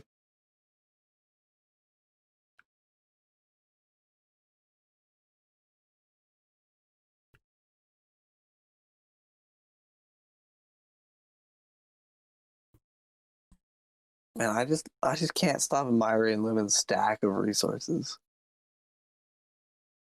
You know, hoarding resources is not a good thing for the environment or for other people. I just want you to know that. But like, I don't know, it just looks so beautiful. Not arguing this point. Let me tell you, sometimes you just gotta hoard. Hoarders gotta hoard. I get it, and I disagree with it. That's all. That is That's all. it. We're done. That's it. Yep, there goes. Oh, I don't like that. Oh, I've never liked a move so little in my life. No, never mind. So bad. Never mind. Okay, it's fire too. I was like, no, don't you dare do this. Don't go breaking my heart. I mean, it just shows why Fire 2 was a bad move, though. Like, he wasted 2 trading houses. He could have 8 points instead. Yep. Fire 2 was the wrong move, not that trading house. Don't blame that trading house. Okay, even though Fire 2 is just like an auto win. Yeah. Hot take. And again, Fire 2 wins games. This is just one of those things. This is one of those things. Yeah, I think he's supposed to take it. I think he's supposed to block with this. Because Orin are almost certainly taking the dig town.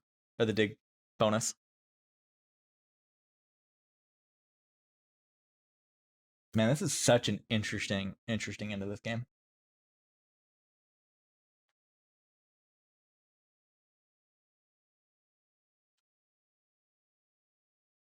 Yeah, I just don't see how Hefaistos gets anything but last. I'll be honest. I agree, which almost makes him out of the running. Well, there's a way. There's a way. There's a way, right? I think there's a way. Like, if Rikiri just, like, messes up this last round.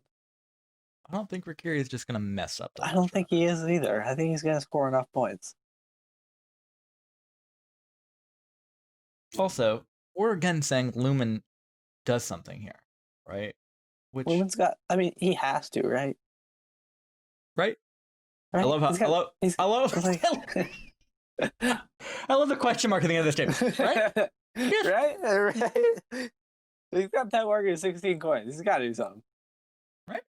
I mean, just increasing dig twice is 12 points. He passes for 12 this round. Like, that's 24. He gets 3 from building a trading house. That's 25. That already brings out to 80 points. Just increasing dig twice, passing, and building a trading house. And he has so many more resources than that. I'm going to point you to one thing real quick that I'm not sure you're seeing right now. Dwarves have more cult points than Chaos Magicians right now. Yeah, I know. That's the one thing. That's the one thing I just want to wrap this little bow on this one. I will I'll say that I don't think Chaos has to be played high cult. I think the way Lumin plays it this game, this is how I tend to play Chaos. I tend to play them a little cultier than this, but when you're playing against Arn and Cultists, sometimes you just gotta pick your battles. Yeah. And you're just like, you know what? Network's my jam. Oh, he does it. Look at that. He's like, I am increasing digging. If you're listening to the stream, we'll find you. Yeah. We'll find you.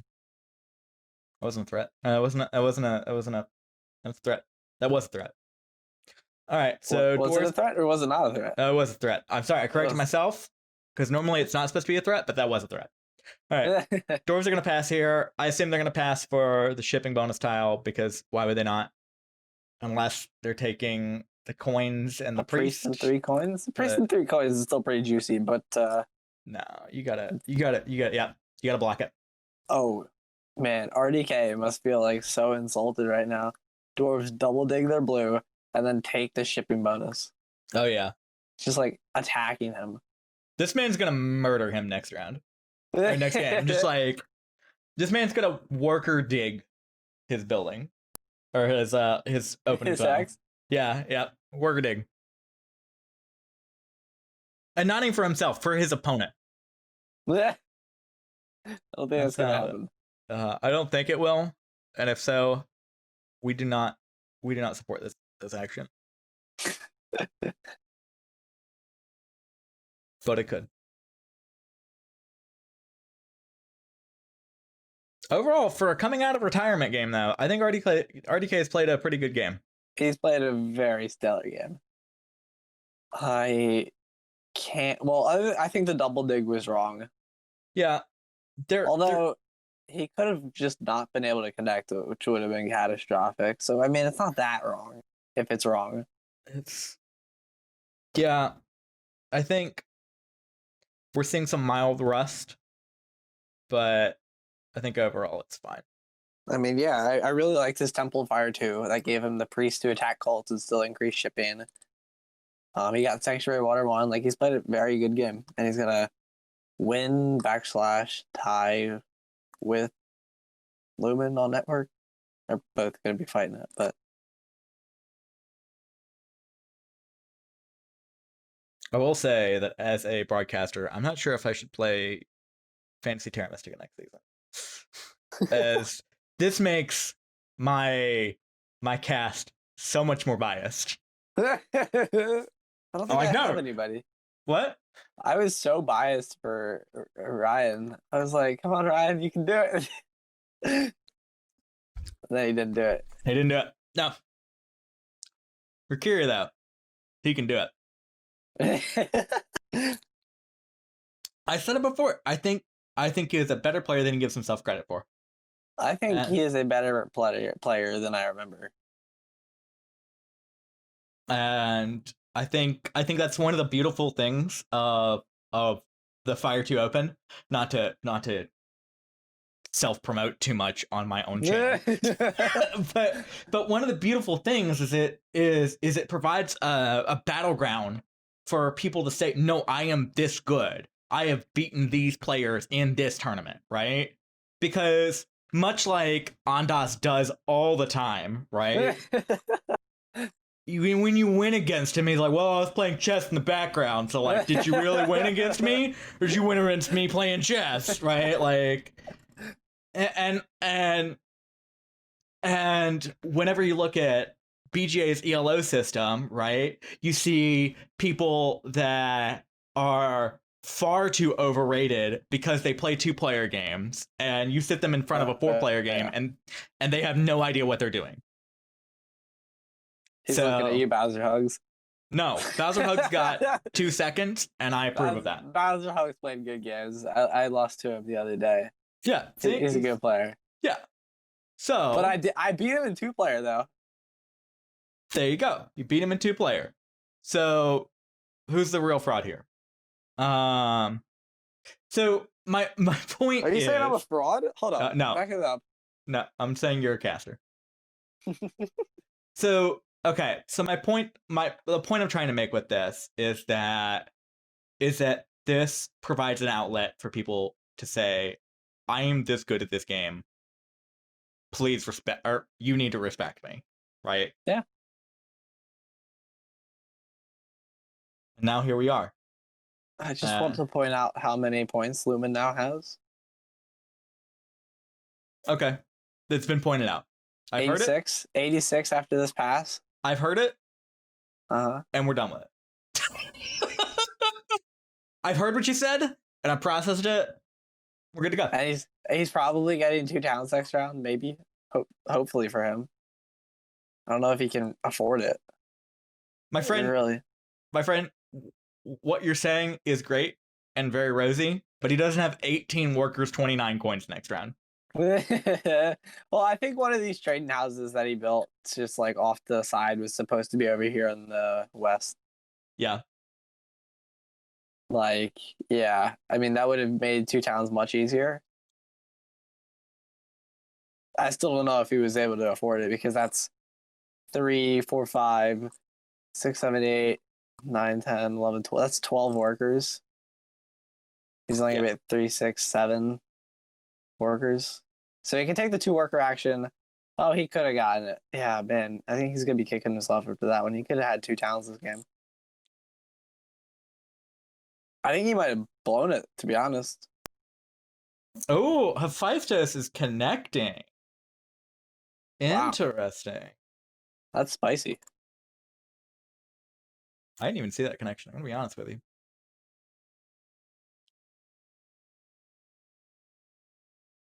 Yeah, I didn't either. I missed it. We both missed it. It's okay. Sometimes you miss things. I think RDK might just double take that. Like, he's got plenty of X's to dig on, or to build on. Yeah. Does he? Take one person out? I think to beat Lumin on network, he might have to get 4 dwellings down next round. Yeah, so maybe that's not the best course of action. It's also like, you know, are you that sad if Hefaistos connects? Like, do you actually think he's going to win? I think the answer is no. No, and I think... Oh, but he should dig it once, though, right?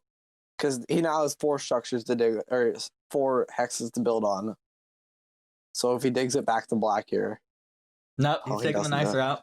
I think his thought process is good. No, he's right, because Lumin's going to take this brown hex, and then he's going to be down to 3 places to build.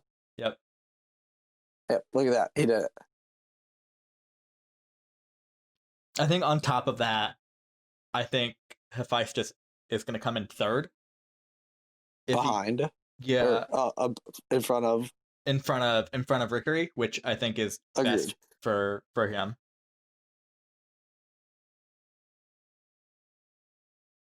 Oh, this is interesting. Rickery's going to double shovel here. He has the ability to double shovel and then put another dwelling down over in the west. What's he gonna double shovel? He's gonna double shovel the northern water, northern swamp, northern blue. That's 3 workers. He still needs to dig over here in the east. Yeah. So here's the line of logic. So you do that double shovel, and then build. And then you do the hard dig and build. Hard dig, worker town, tunnel again. Yep. There's your 3 dwellings. That's down to 3 structures. Yeah, that's probably right.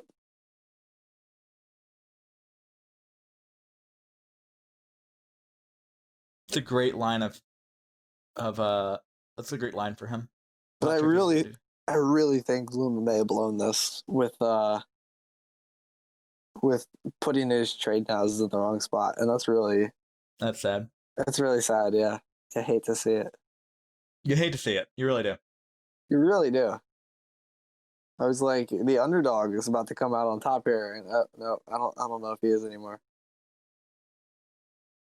Yeah, I'm not gonna pretend that I know who's winning right now. I do not know. Yeah. I'd still have to lean on RDK. Like, he gets a stronghold for 7 points. Right, and then he gets a town. And then he wins 2 cults. Hooray. 2 cult. Yeah, I mean, he's going to get minimum 20 cult points, and then he's going to get down. I mean, if he can get Stronghold trade now is 4 dwellings down this round. It's just like a win for him. Oh, interesting. Okay. I don't. Oh, okay. I can see this line of logic. I don't. He's gonna upgrade digging twice. Yeah, but then he can't get his dwellings down. He can't. Like, I feel like getting your network points is worth so many more points. So let's think about it. So he upgrades twice, right? He then oh yeah. Then he's down to 3 workers. He digs and builds. He's down to 1 worker. And then he takes Worker Town. And he takes worker town. Oh yeah. And then you're not even like you tunnel once. Like I don't know. Yeah, I don't love this. I really don't love this. I'm pretty sure that was very wrong. Yep.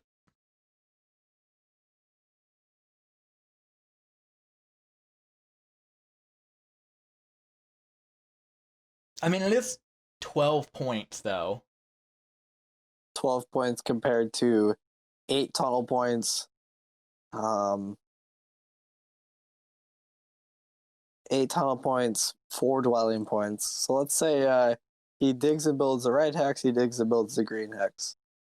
So that's if you were to go the double dig route, he gets 4 more points in dwellings. He gets 8 more points in tunneling. That's already 12 points. Yeah. And now he's taking network points from people.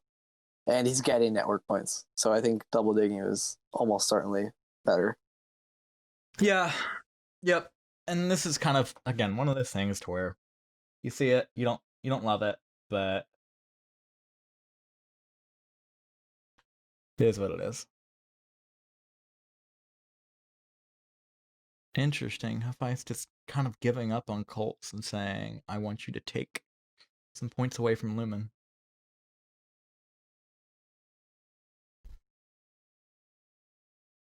Either that or he is really in need of that double shovel. Which I think is slightly more likely. What is he doing with that double shovel, though? It's the real question. He's got 3 shipping. He's got 2 dwellings. What else? What is he doing with this double shovel? He can block Lumin's town. But is that even good?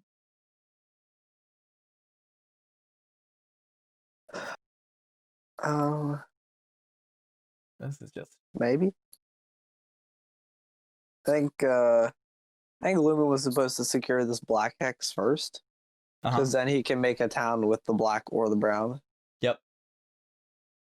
I agree. Because now he might not be able to get a town over there at all. And in that case, he's just building 3 dwellings on the west, which is fine, but not amazing. Because you're triple digging for those dwellings too. I don't know. I guess it's not the worst thing in the world, but I think it's just some slight thing I would have done differently.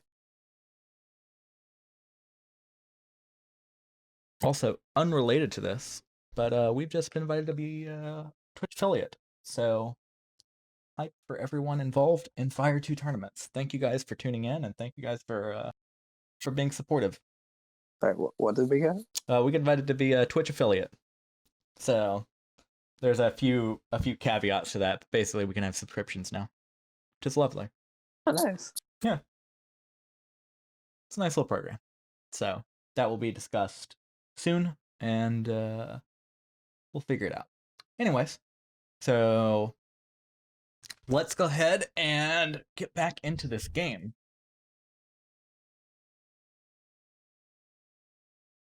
What are we seeing here? All right. RDK is just building dwellings. Like a madman. Yep. He's about to take... I assume he's about to build a no. Yeah, I assume he's going to build a... Is it bad to say he's going to build... No, yeah, he's not building a temple. No, he's going Stronghold. It's Stronghold, yeah. I think that if Lumin can reach this brown hex by his next move, he builds the dwelling next, but if not, he goes Stronghold. Because like if nobody can reach it, nobody can touch it. But I think if Lumin can reach it, or yeah, specifically Lumin because he has increased digs. If Lumin can reach it, I say just build it because Lumin could be like, "Hey, you now can't build this dwelling," and you just lost points. Yeah, but then, oh yeah, then that other hex can't be fought over. Okay, so we see increased digs from Rickery. Standard, simple things. It is what it is. I'm just wondering what he's doing outside of this. I missed the world where he got a lot of points from tunneling. I missed that world. Can we go back to that world? Oh, that world was so great. Oh, I love that world. That double shovel world was lovely. I love that double shovel world. I really do too. Now we're living in an upgraded shovel world, and it's just like, what world are we even living in? Are we even living in a world? Oh no, we're living in a world. It's just a world full of lesser points. World full of lies. Let's not go that far. I don't think a world full of lies is the correct way of doing this. Thanks.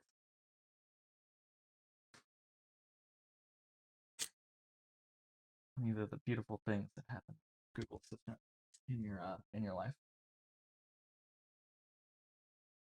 So, okay. Fans on Exchange. We're waiting on RDK to do something. Overall, this game isn't taking that long though. Like it's not short. I'll tell you that. But it's not super long. 2-hour game. Not awful. Yeah. Means you're probably gonna be cut off from finishing game 2. Yeah, this final game, but it's fine. But I will be here for the finals. But you will be here for all of the finals. Presumably. I haven't got my schedule yet. I do love a good presumably. Presumably. You'll hear from me tomorrow, probably. Presumably. I'll presumably hear from okay. Well, we'll figure that out. We'll figure that out when it happens. Yeah. And if not, I've got other people. I've got other things going on in my life. I don't need you. Okay, so Lumin's taking his first town of the game. Very excited about this. Is he taking the 8-point town? I wouldn't hate the 8-point town. Lumin is question is if he can get another town. 3 priests to 3 workers. It'll take 5 workers to build 2 dwellings.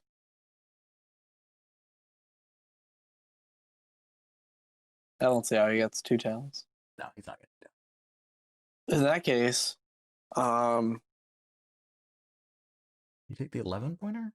I think I might take the 11-pointer. Let's see. 1 priest of water beats Rikiri on water, so no need for a cult step there. Yeah, I'm not missing anything there. So you send a priest there. Then what other cult are you really able to fight? Because RDK can win. Let's see. RDK is gonna go 7 workers. So RDK needs to go priest to worker or 3 power to a worker. I don't know. It seems like 11-point town is just sure points that he should take. 7 points, 7 2 points. workers. Well, that's the choice. Oh wow, that is it's a strong statement from you. 5, 6, 7, 8, 9, 10, 11, 12. He needs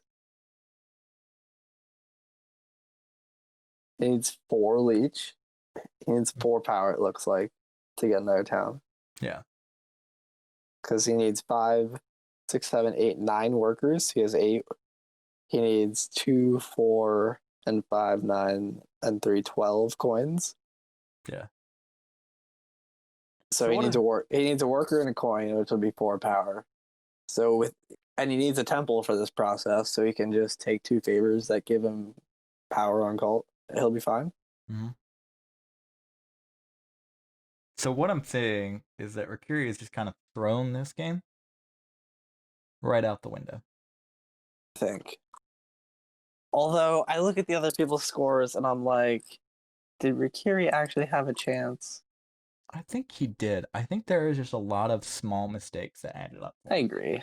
I just think that increasing digging compared to shoveling, although he cost himself maybe 6 points, I don't think he cost himself the game in this last round. Mm-hmm.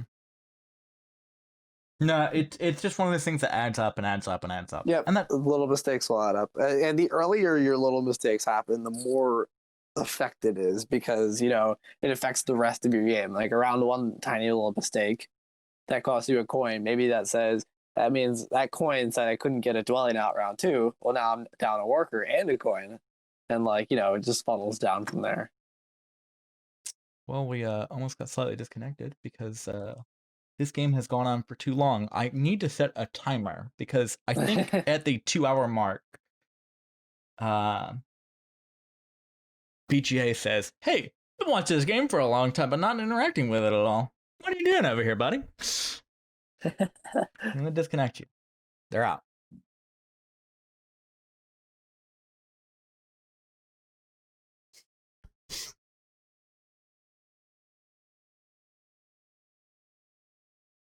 I know what, if Lumin wins this, I will be both surprised and excited.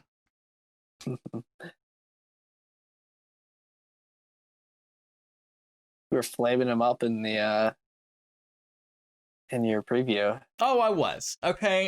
and this is and here's where I will go ahead and tone that preview down a little bit, right? Not that I'm walking it back, because I've said this to you in private conversation, so you can attest the fact that I'm not just walking it back, right?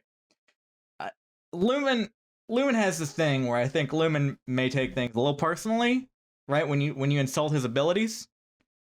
And I wanted to insult his abilities so much that he was like, "Chris, I'm gonna show you how to do this. I'm gonna show you that I have the skills to do this," right?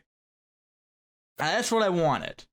So either way, I get a win here. Either I get a caster. I think it worked. He's played a great game here. Yeah, either I get a caster next season, which, you know, that's fine, right? Or I get a fired up Lumin. Either way works for me. Makes the tournament better in season 1, or makes the tournament better in season 2. Or maybe he gets the W this season and says, "You know what? I've done all I can do. I'm retiring." Then he actually retires. Unlike you, who is just figuratively retired. I'm retired. I'm retired. Okay. I don't know if if I come out of the booth, am I able to play? Like, I don't know if I have the skills anymore to play. I feel like you are. I feel like you have the skills and or can get them back. I feel like I can get them back. Yeah. I think within the next little break that we're gonna have between seasons 1 and 2. It's just like, so I feel like so many things in Terra Mystica have changed in the past, like, I don't know, 6 months. Like, it seems like all my gut instincts that I used to have just like don't apply anymore. The things I thought were good just aren't good anymore. You know what? We question it. I think Lumin's getting 3 towns or 2 towns. No, Lumin is getting 2 towns. Yeah. Oh yeah. Oh. Okay. I questioned it. Oh yeah, but so basically, if Hefaistos somehow dug this gray hex, then he couldn't have done it. Then he would have just been in the tank, or maybe in the toilet. I don't know. Yeah. He would have been out of it. Yeah. So yeah, he's getting 2 towns, and I think he's getting the win. Oh, I'm gonna quote that. Yeah, I know. I know you are. I think he might get the win too. I'll be honest. Because he's gonna get down to 2 structures. He's gonna have a 15 structure chaos game. Like, this was a very, very well played game from him. Yeah. Hey, you were questioning him giving up this gray hex. I said it was gonna be fine. I still didn't love it. Oh. I can question things, and it still be okay.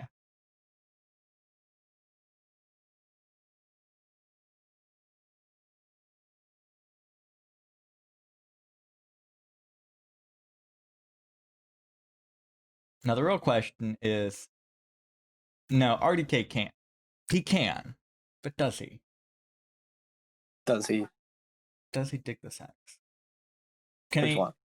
No, I don't think it matters, right? So he digs in. Yeah, a single dig doesn't do anything to Lumin. I think it does, but I think cultists are better off just building stronghold trade house dwelling. Yeah.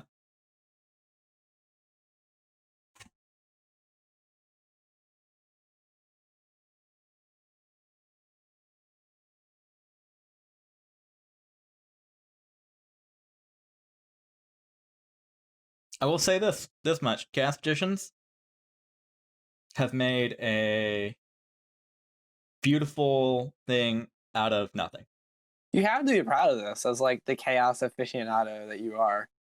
You say aficionado like I'm good at Chaos Magicians, and I appreciate that so much.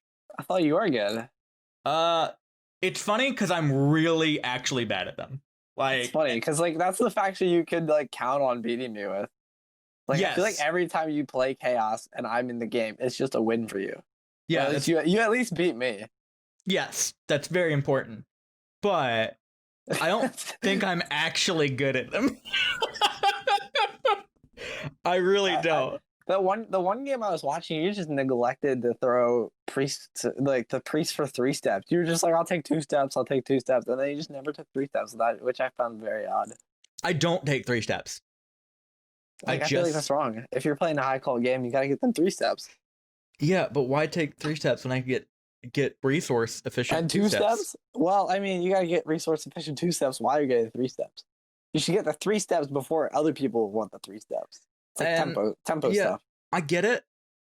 And tempo is a problem of mine. So it's kind of how it is. I'm a man without tempo. RDK going ahead and taking the 11-point town.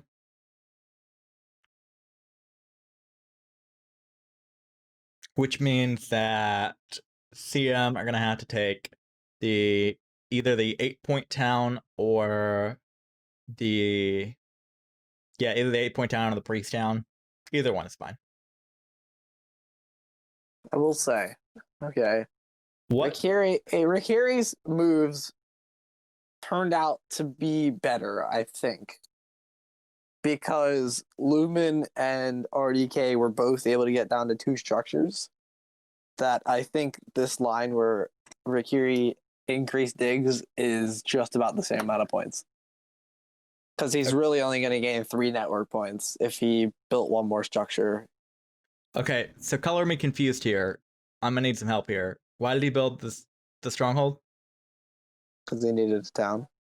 He could have... Oh, no, you're right. Because he's going to get the last structure out, yeah. You're right. He was always building that stronghold. Okay. Oh, this game is really close. I think Lumin has it. Oh, wait. Yeah, how is he getting the last structure? Lumin took a priest town. I guess he wasn't ever able to. Okay. Yeah. Cool. Yeah, he's not able to get the last structure. Then this game is probably RDK's, although he's down 20 points. Yeah, that's the point. That's the problem. He's down 20 although points. He gains 24 in cults, whereas Lumin gets 2-4. So it looks like RDK gains 26 on Lumin in endgame. Looks like this is RDK's game. Figure it out. Lumin is passing for 3 points. So although, yeah, this stronghold is wrong though, right?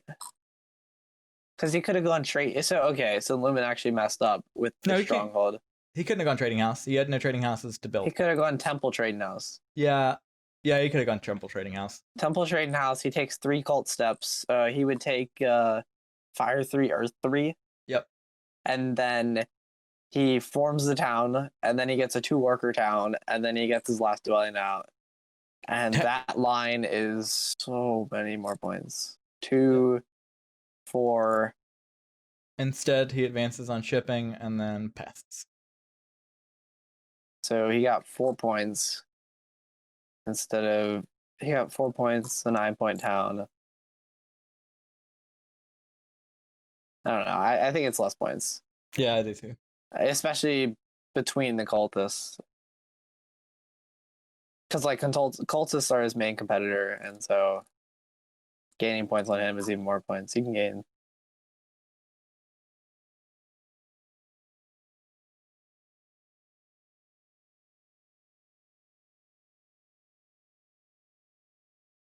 All right, and we're into final game scoring. I think the swing between Lumin and RDK, I think the mistake was about 6-point swing. So if Lumin loses by 6 points or less, I think he cost himself the game there. Mm-hmm. But I mean, they both played very, very strong games here. Yeah, I agree.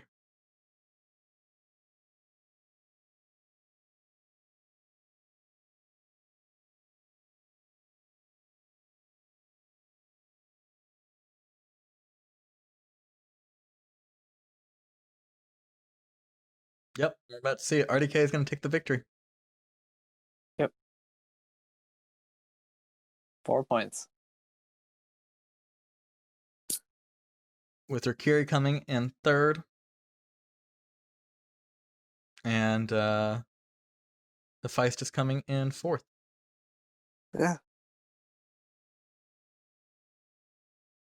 Very surprising too, because I felt like Hefaistos was clearly the front runner in the I front agree. runner in this group. Yeah. Oh wow, 113 elo for RDK. That's what he gained from this game. He's now 144 rated, coincidentally the same rating as his score this game. That's that. fantastic. Oh, that's fantastic. Okay. Well, interesting look on this game, right? It looked like Lumin was going to take it, but I think RDK's disposition was so good. It was really hard for him to get messed with, and really hard to. It's one of the situations where I think he piloted it very well, but it is very difficult to get messed up when you're in a when you're piloting a faction that bidding down to 0 was not anywhere near a wrong move. So, yep. Anyway, I think we need to take a 5-minute break, and we'll be back to set up the broadcast for game number 2. All right, we will see you guys in 5 minutes.